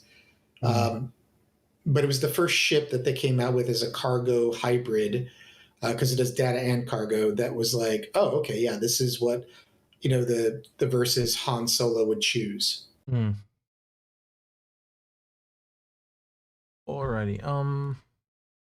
I gotta let my dog in real quick. I'll be right back. No worries. Right. Next question is from Steve Martin or Stephen Martin. Like your movies, mate. They're really good. Right. And he says, with only 2 Vandal on the bridge of the Kingship at the Battle of Vega, I can picture Admiral Ernst Bishop saying, just wait for engineering. Engineering seems to be carrying a lot of the water. It kind of, engineering really does separate the big ships from the little ships, where little ships don't really have a lot of, because you're on your own, right? And if you want to get out and kind of, like, let's take something like a Guardian, you can fix it, but you've got to stop what you're doing because there's only really room for one. And it also means people that are not very good at combat, they can still have a role in combat, but it's not in the direct line of fire. I almost would have had Essay answer this because he is a military person, and I know he'll say something along the lines of logistics, right? You know, like, you've got to have all the food and all that stuff to get there so the army can actually do its job. Yeah, I'll let him answer that one when he comes back, but kind of where my mind goes with it anyway. Rabbit says, do you think we'll see a Kruger hover bike next? Oh, that's a good question. Chrome bike by Kruger. Yeah, I can see it. I think if you kind of look at Kruger, it is in that German luxury style from yesteryear. So think things like the old Jaguars that were convertibles and stuff like that, you know, like 1930s through to about 1960. And I think that's kind of where they're trying to go. That is also where the Naboo look kind of comes from. If you read into the stuff about how Star Wars did the Naboo, so I think that has heavily influenced the way Kruger works. So, is it essentially like this is my brain? Feel free to shoot me down. Is it like a hover Vespa, or something like that? That's kind of where my brain goes. Like, is it just a racing variant and a normal? Is there only one variant of it? Does it do something special, like it folds up into a backpack that you can carry on your back or something like that? Who knows? They'll have to come up with something to separate it. Ooh, what are you talking about? That sounds really interesting. So someone was saying, do you think Kruger we'll see a hover bike from Kruger next?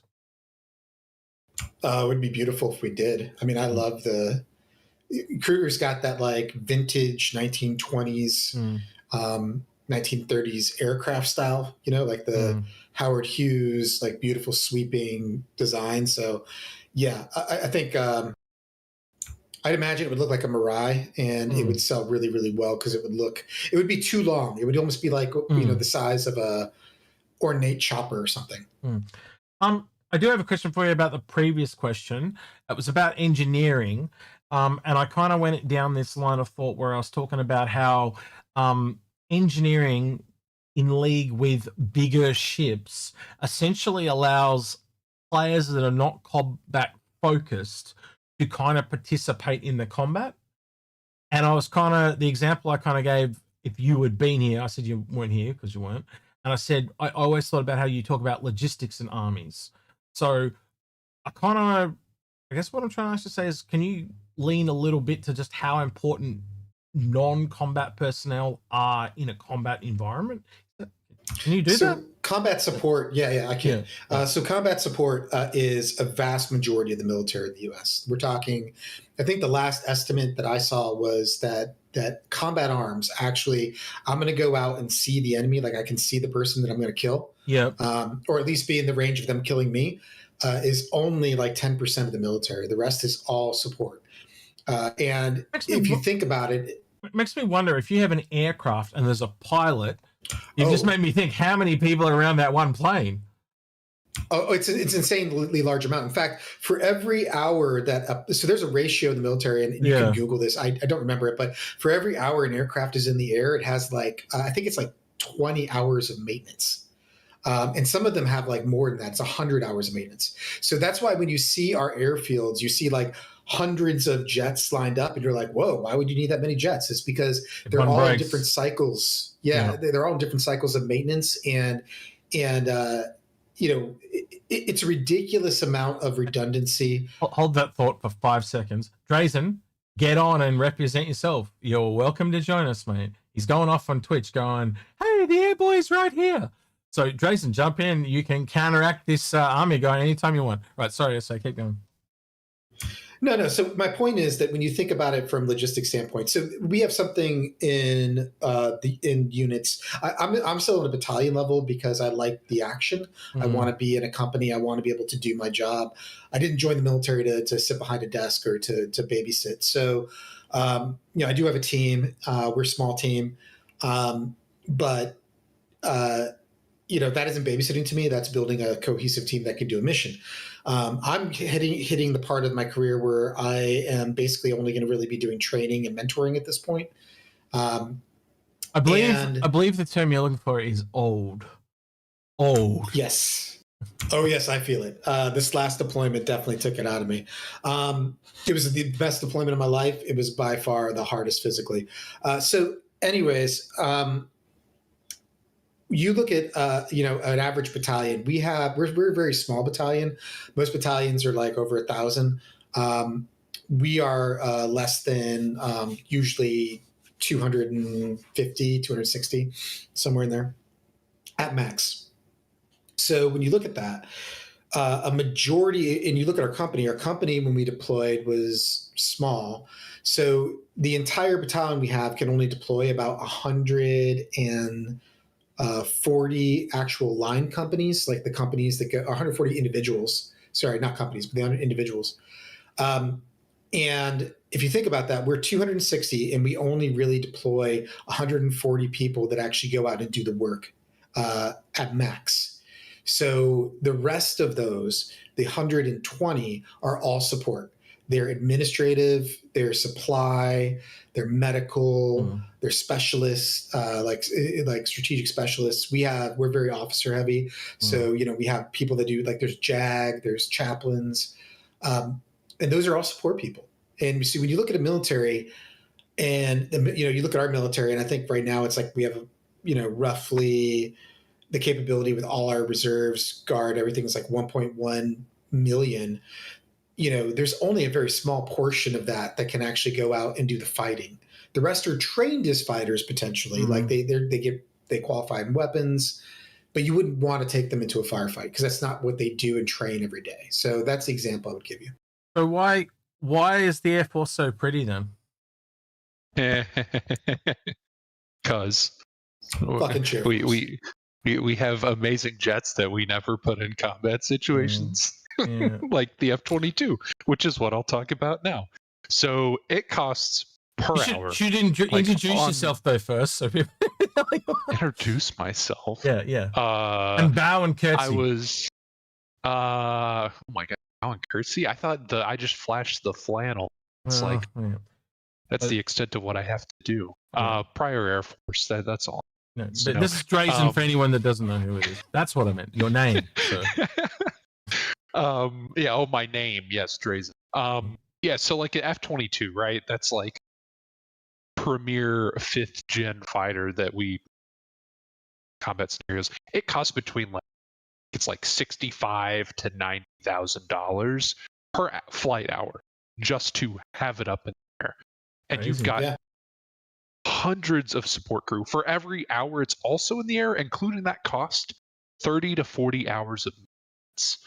Just to have it. That's crazy to me. I remember when they used to talk about like these missiles when I was a kid, and they were like $75,000 a pop, right? So their price has probably doubled in that time. But like you do the math and go like it's now $90,000 just to keep a plane in the air for an hour. Oh man, that's crazy to me. So much Tomahawks money. are like 1.2 million a piece. Like we're talking that's one missile. We're talking like you go back like I'd have to go back like maybe 20 years ago. You could buy houses for half that. It's crazy to me. That's crazy. That's not an entire house per hour. That's just boggles my mind. It's crazy to me. The amount of money that is being spent on this shit. That's just insane. That's why there's a lot of limiting factors when it comes to, sure, we can put a plane up in the air. We can do a show of force, but there's always a cost associated with that. Also, the F-22, the reason why we haven't put it in situations is because it has the premier stealth technology. You don't want to lose one of those, that's a cost, but also, what about that technology? Stolen. What if the enemy can recover that? Then all bets are off. So the prisoner says on Twitch, it says very few see actual combat. So I'd actually like to ask you that, like how many did you actually know any of those stats? Like how many people actually train for combat as opposed to like I'd have to assume people in the army probably sit more than in the Air Force. I'm just assuming based on numbers. F-22 fighter pilots, which I know a couple. They spend more time in simulators, not even in their own plane, and combat simulators training for the potential for them to ever need to be in combat. And F-22 has never shot down anything. So they're like their bark is worse than their bite type of thing. So they're all their bark is extremely impressive. Yeah. Yes, they're all we've never bravado, seen what though. the bite can do. We've never seen. Like they are very, very capable fighters, but like the idea of it is, it is how to put this. It is it's kind of like our Delta Force, right? Delta Force is the premier unit in the U.S. military. Period. Like it's extremely difficult to get into, and those guys are the best of the best of the best of the best of what they do. They do stuff like because they are an active force. They are very active. They do a lot of things, but you don't. They're a very specialized, highly skilled tool. There's a lot of things they could do they don't do because it's not worth the risk to force because you have other things that can do it. Okay. And like the to SEALs, simplify that for you, Execute. they're not kicking down doors. They're not doing direct action because that's a waste of resources, a waste of their skill to go kick doors or to have them deployed in every combat situation. It's like what would you use a sniper for versus what would you use a knife for? Delta, they're snipers. Very limited use case, but very powerful when used appropriately. Tactical versus general use. Exactly. Yeah, and there's scales of it, right? It scales because you have like different units that are a little more brutal. Like you have the Rangers, you have the Marines. Like they all have a certain level of lethality that you'd want to use. Yeah. But would you risk? Am I going to risk like 400 Marines, or am I going to risk one Delta team? I'm going to risk the Marines because the Delta team is just so refined. I need them when I need them to do what they do. It's like using a really expensive food item in a really cheap food. You wouldn't do that. You kind of try to match up the task to the task, or the person. You're not going to buy a steak in the airport. Yeah. Why would you buy a steak at the airport? I love the fucking Marines. I've worked with them. Those dudes. I'm not trying to downplay them. Like I give the Marines a ton of crap, but window lickers and crayon eaters. But that being said, like if I need a door kicked in, like when I go to a Ranger, probably not. They're kind of jackasses. I would go to the Marines and be like, hey, hey man, like I need this done, and they'd be like, okay, like the joke is how many Marines does it take to change a light bulb, right? It takes 3. It takes 1 to break the light bulb, or 1 to kick in the door, 1 to break the light bulb, and 1 to call the army to fix it. Like, so that's what you use them for. Like, in the F-22, to Drazen's, like point is like the reason why it hasn't been in like, not that we know of, active regular aerial combat is because it's not needed. We have other fighter jets that are incredibly freaking good that aren't. I think the F-22 is like what, 50 million a pop or something. It's ridiculously priced. Yeah, absolutely. And to go back to the logistics point, you can assume on average for any 4th or 5th gen more modern fighter, it's about 40 people per plane. Now, granted, you're not just going to send they're going one up, not F-22 down, because they're getting more complicated.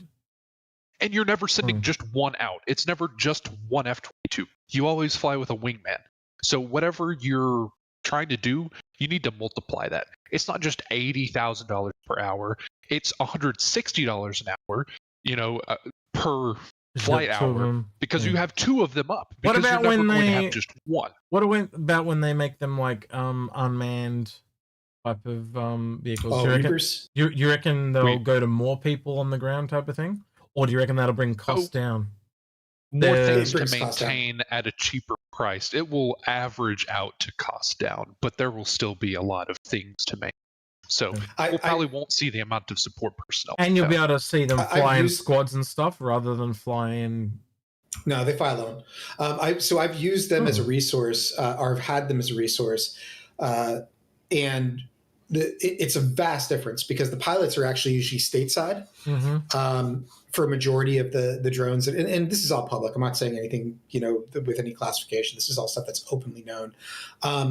And the maintenance crew is far less because if you think about like what these things do, and by the way, a vast majority of them are the exact same frame. They're just not armed. And the reason why is because we have status of forces agreements with these countries they're flying over that say, we'll let you fly in our airspace. You just can't, do X, Y, and Z, or you can do X, Y, and Z. So because of those differences, like I'll give you a really good example.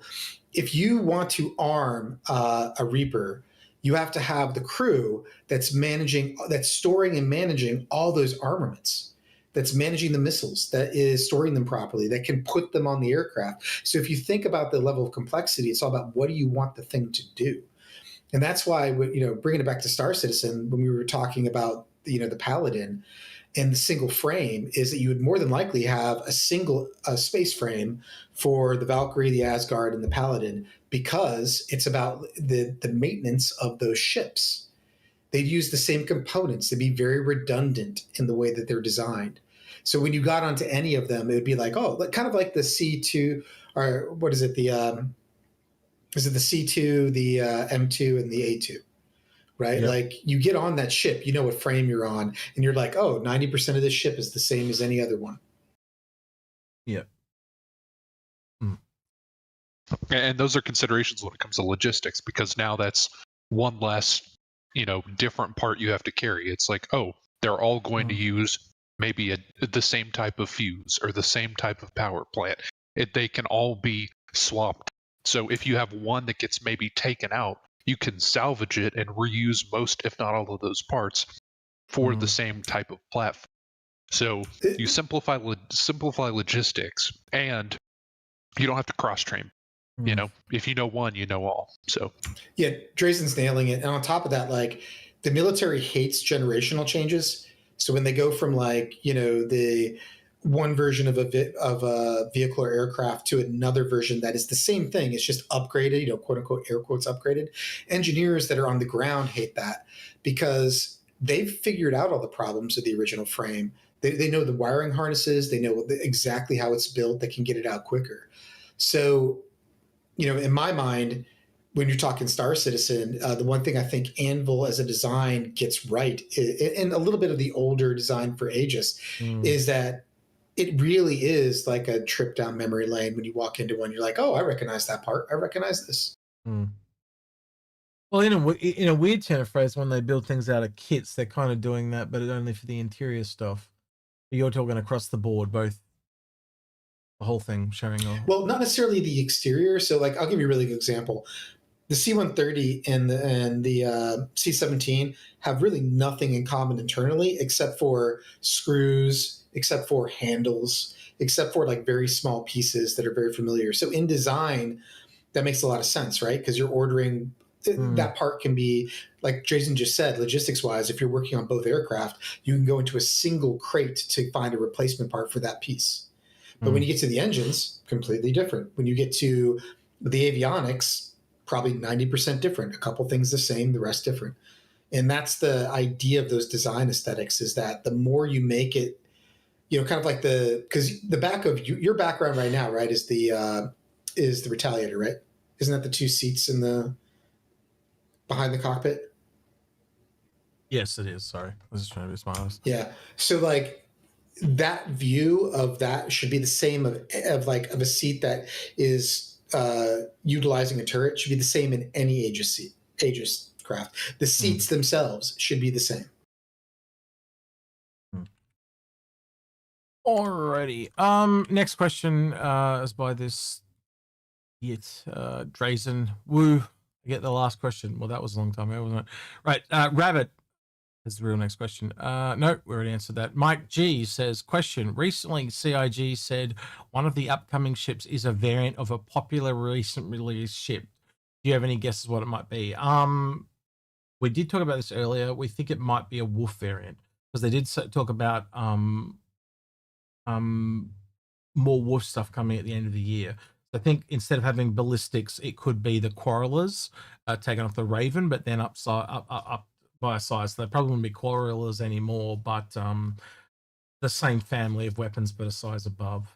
I don't know when that would be coming, but I think it makes a lot of sense when that ship was so popular. Why wouldn't they just make a very similar variant change and maybe a color rework and a couple extra skins? Because skins that work on both ships, so people will buy more skins, and people will go, well, I missed out on that one, then maybe I'll buy this one, or vice versa. I don't know. Do you guys want to weigh in on that at all? Possible. That's such a hard question to answer, just because there's been a lot of CIG's design qualities, their ship quality has gone up a lot over the last 2 years. So I think there are a lot of really popular ships that have been beautiful. The Wolf is just, I don't think it would be a Wolf. We know the Wolf was very popular, and it says recently released popular ship. Right. Oh, it says recently released. Recent released popular ships. So if I think about the two most popular ships that have probably come out this year, and recently it was definitely the Wolf, right? The only other one that was like exceptionally popular was probably the Asgard, right? And that was back at Invictus. So I have to assume that it's something more recent, and I don't think the Apollo was as popular as the Wolf. So recent to me kind of says like the last 2 months, unless you think different. That's entirely up to you, but I think Wolf. I mean, I think recently is 2 years, not 2 months, but like, you know, I'm looking back again, 2 years. Enough rope just to hang yourself. Exactly. Yeah, I it's hard for me to say it's the Wolf only because of personal bias. Like I love the look of that ship. I think it's beautiful. It's incredibly. The only thing that bothers me is they didn't mirror the Gatlings, because there's a reason why, like the A10 cannon is offset to one side. It's because of centrifugal force of the cannon. So they would have done opposite rotations for those two cannons. I think they will. That being said, I think they will eventually. It's just that they definitely got that into game and working kind of quick and dirty, and they're going to fix it in post, because when Algared crashed it, one of the things you noticed was both guns came out kind of stuck together. They were spinning together and stuff like that. They weren't flying off independently and stuff like that. So they've kind of just got in and got it working, and they'll come back and fix it later. So I agree with that. Say the Wolf. I mean, it's like a GM were to come out with another Camaro, like a 1968 Camaro. I always saw the Wolf as like, oh, that's your go around town kind of ship, not one that you can effectively use, really. I mean, if they put out another Wolf, cool. I'm still not in the market. I think what they're aiming for is an upmarket or high tech or luxury-esque combat. That's what they're going for. So it's a high market combat is going to be their niche, and we don't have that currently. Origin has a few I still combat think a variant of the Asgard would be cool, though. What would they do? Like after we've already had the Paladin, the Valkyrie, and the Asgard, like that's. Yeah, I just don't like the sound of another Wolf variant. I think actually, if they took the Asgard, you got to take yourself out of it, and that's what's really hard to do. If they took the Asgard and they cut the bay off the bottom of it, and they made that a place where you could sling 264 or 128 SCU containers. Like think of it like a raft, but a military raft that held two of them. I think that would be a phenomenal choice on their part to design something that would be functional and would sell like hotcakes. But do I think they did that? No. I think that if we're just talking about those two frames, it would be the Wolf would be the choice. All this being said, to me, I feel like what other ships have come out over the last 2 years? I don't think it's the last 2 years. When they say recent, it makes me think it's got to be like really recently, right? And well, with all of these Ichthys coming out, I would either I go two ways with the Asgard. Either a true like a bunch of jump seats like inside the Asgard, like could have 20 plus people inside, so no room for vehicles, jump seats, or potentially you have like a bay or two for like Ichthys or things of that nature. Maybe the Titan suit where it's like meant to truly service and support those more dedicated combat platforms. Like a boom sling for Titan suits. Drazen brings up a really good point. They did a boom sling that could drop like 6 Titan suits at one time. Like that would be so popular. It would. Plus, they could sell it in a package with 6 Titan suits, which is, how much money for them. It's definitely a ship coming that does transporting of. Well, again, I would even say the Asgard and that will be able to do it in some way or another, but more like a drop ship that carries Titan suits. Is that what that's probably more. Well, not an enclosed one, like a one where they just hang off the, hang underneath it, and so they can land really quickly. Just drop them. I still think a Prowler variant is probably the best one I've seen. Like after looking at utility, we went through it. Yeah, I know. Yeah, we talked about that. Yeah, no, the utility, if it could actually drop, like we also talked about like an avian Titan suit from the Tavaran. Like, that's just printing money if they did that. Like it would be ridiculously popular. Right. Next question. Kyle Lentz says, do you think that with the updated salvaging material changes, refining ships are very close to coming into the game? I would say it does lean more credence to sooner rather than later, but I think going forward, a lot of the stuff we're going to see in buildings before we see them in ships, and I've explained this before, because you don't have to build. Essentially, a ship is a series of rooms with a shell around it, where if you're just building the singular room, you can then put it in the exterior shell of a building that already exists, and it's just one. And once the base building's online, it's far quicker just to build the inside of a building really quickly. You can already do the prefab stuff, so essentially you just pull out one, like say it's got an easy bake oven in there, you pull the easy bake oven out and you put the refining oven in. You get where I'm going, right? It's easy much, bake. You know what I'm trying to say, though, right? It's much quicker. X's first cake. It's much faster. Dude, those things were so good. I loved eating those things. Right. It's so much easier to alliterate with the building than building a whole ship around it. So you can release it there, make sure it's working, and then roll that into a ship, because you don't have to, there's no rework. There's far less rework that needs to be required. So I think that's where I'd expect to see it first, is in a building. If we don't already kind of get buildings like that straight away, because again, they've shown off those giant lasing miners. Why wouldn't they have the refinery there with it ready to go type of thing? So unless it's for tier 0, it doesn't require refining, but we'll have to wait and see. Coruzaurus, I don't know how to say that. Coruzaurus says, there is not exactly a question you heard. Wait, this is not exactly a question. You heard the big Scrot SCL that the Raylin is getting much bigger, yeah? So don't you think that will be comparable to the whole B? I think it'll make it bigger than the whole B. Because when they said way bigger, I just assumed it was doubling, right? And if I go, just give me 2 seconds. Star Citizen Raelian, right? So I'll bring you over here. The wiki's not going to work though because of the.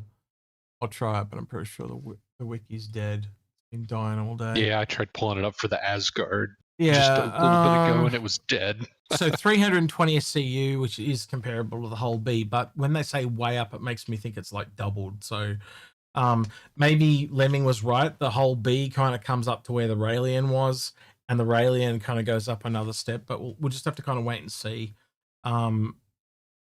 Yeah, some of these things are just really hard to call, and the more time that's gone on, we get more and more outliers. Like just in the last 12 months, right, we had the Polaris that jumped by 30% in price, yet we had the Apollo that only went up 5% in price. That's 2 outliers that I'd never seen before, right? And again, the whole C coming out, and it jumped by $150. So we don't always see these things coming because they're just things that we've never seen before. So they're the ones that we can't predict. And again, a ship like this, essentially doubling its cargo, or potentially doubling its cargo, I should really stress that. The only other ship that we've kind of seen do anything like this was the one that this was meant to replace, which was the Banner Merchantman. Banner Merchantman was a blockade runner that was $250. It's jumped all the way up to where it is now. This is 220, and they're doubling the cargo. I can't have to assume that this is following the same type thing. So yeah. You guys want to add to that one at all, or? Nope. Okay. Kyle Lentz. Oh, we did that one already. Marlax, do you think the artificial limbs and prosthetics get any work with medical and Starware updates for a fully separate ordeal? I think there are more medical stuff coming down the road. I think they've probably done the basic level stuff that they wanted to do for this patch for the Apollo. But I definitely think there's a lot more to come because there's not enough differentiations in the bed. We will be releasing. We've already recorded it. We recorded an Apollo buyer's guide. That'll most likely be the episode that comes out this week. And we do talk. It was a very weird review for me because I found it very hard to articulate why I couldn't kind of give a recommendation on the ship because there's just so much up in the air around medical. And it's the same reply to this question essentially. Just there's so much we don't know. They were deliberately vague in a lot of their responses in that design brief. Like there's a lot of things missing, and I think they've left it that way to move into where they want to go and not pigeonhole themselves. So yeah. Manny says, just another angry army grunt questions their life choices. Okay. Clever Ghost, looking at. He's not wrong. Yeah. Looking at the salvage notes, the galaxy would be beneficial soon. This makes a question. Again, like I said about, I think if I was going to talk ships, I think they're far more likely to build the Expanse than build the Galaxy, because you've got to build the other modules to go with the Galaxy. If they built the Galaxy, it would just be for the refinery module, where you've also got to have all the extra work of building the hospital module and the manufacturing module and the cargo module. That's a lot of extra work, but it's doubling up on stuff.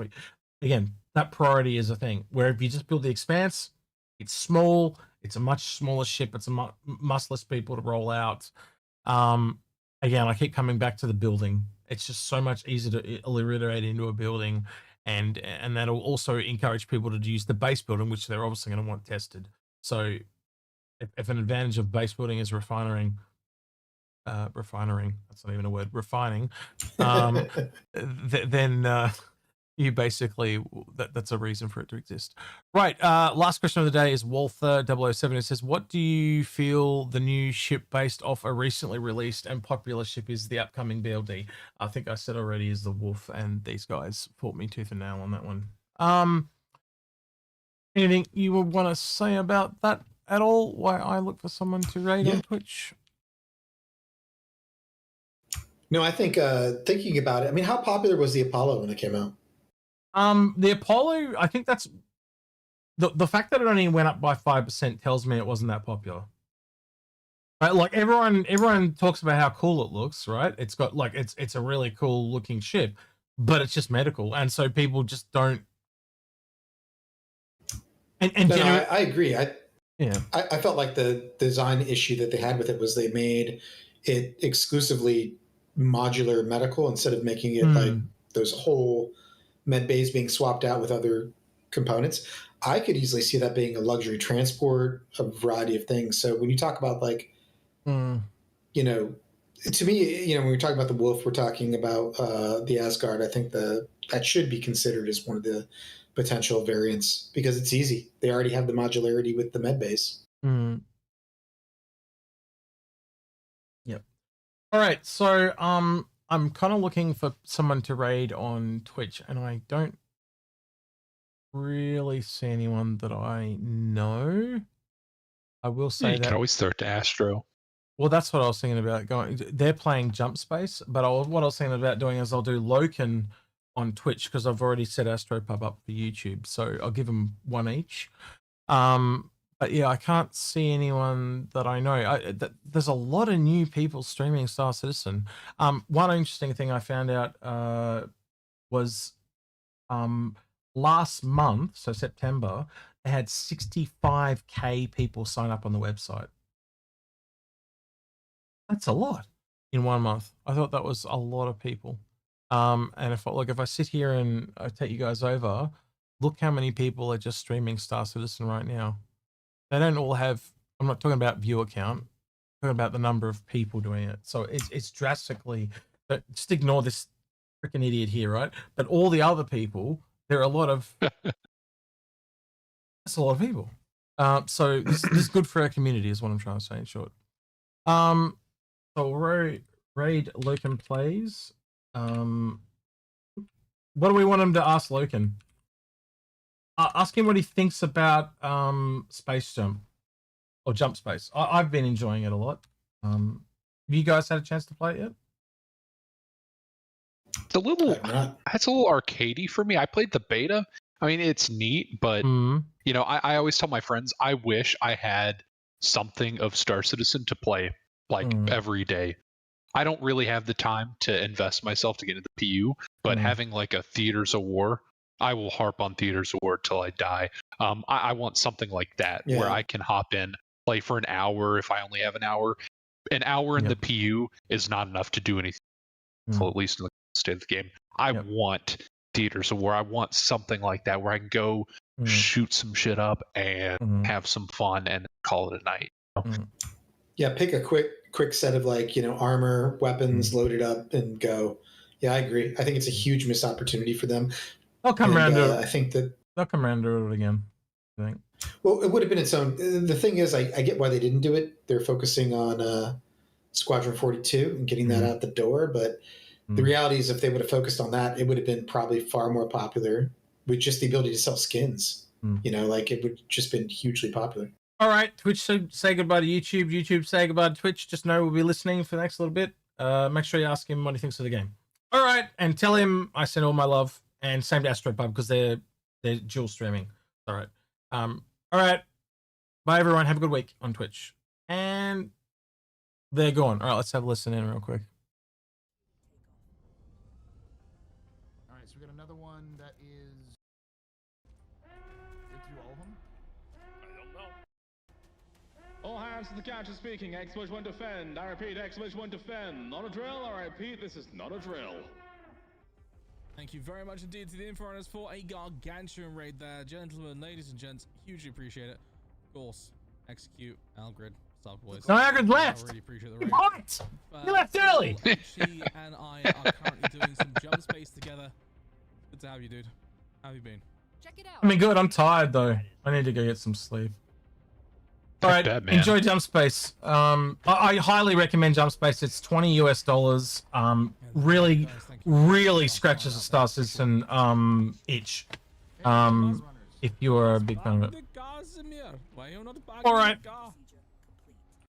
we'll leave them to it. Other than that, as I said, Algared. Oh God, keep clicking the wrong button because Algared's not here. We've got the Apollo Buyer's Guide. Be out this weekend. Me and Algared will get another one done for the bag. We've got like 3 shows lined up that we've got recorded for when I'm away. Paul is gonna there'll be one more stream next week before I leave. But Algared should be streaming with Paul while I'm away, so you should still see.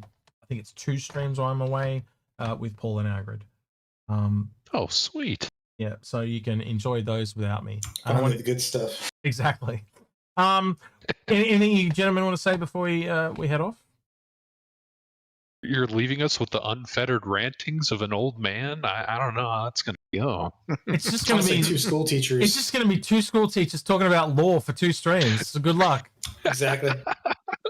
Like we need to get them set up in like old 18th century chairs with pipes and steaming cups of tea, sitting there over a fire talking about the way fireside chat. I want to get back and hear the most trolly questions about like just really weird, bizarre questions that troll them. And I want to hear them say, "Yeah, someone was asking us about honey and butter. Like, what the hell was with that? Just really random questions that really throw them off." And then I'll get questions are going to be like, "Are you healing from with your time away from Execute?" Oh yeah, probably. Yeah. Are you emotionally more feel better? Yeah, I'll just keep sending. I'll just send you guys seeing happy snaps of me on the beach somewhere in the Philippines. All right. With that, then don't forget to ring that notification bell. Why is that off center? And thank you to everyone that went the extra mile on Patreon and video. I've never done it in full screen here, so it's probably actually. Hang on, let me fix it live. What it is? Oh my god! All right, fixing it live. See, it's not centered. That's what it is. Look, see. Now it's centered. Right, cool. Now I can lock that and it's never going to move again. Cool. Right. With that then, the 2 voices in the void and all our guests today. So we got Drazen and Essay, and we had Lemming, and we had Grim. I think that was everyone that was here. Thank you for joining me, boys. Oh yeah, it's not a guest, but still. Yeah, just that old fart. Who cares about him? All right. We'll see you guys next week, and have a great week, and thank you for joining us. All right, with that then, on YouTube you'll be raiding off to Paul on YouTube, doing the same game they were doing before, which was Jump Space. All right, see you, citizens. Say goodbye, boys. Goodbye, boys. Later. As soon as I said that, yep. All right. How would tennis?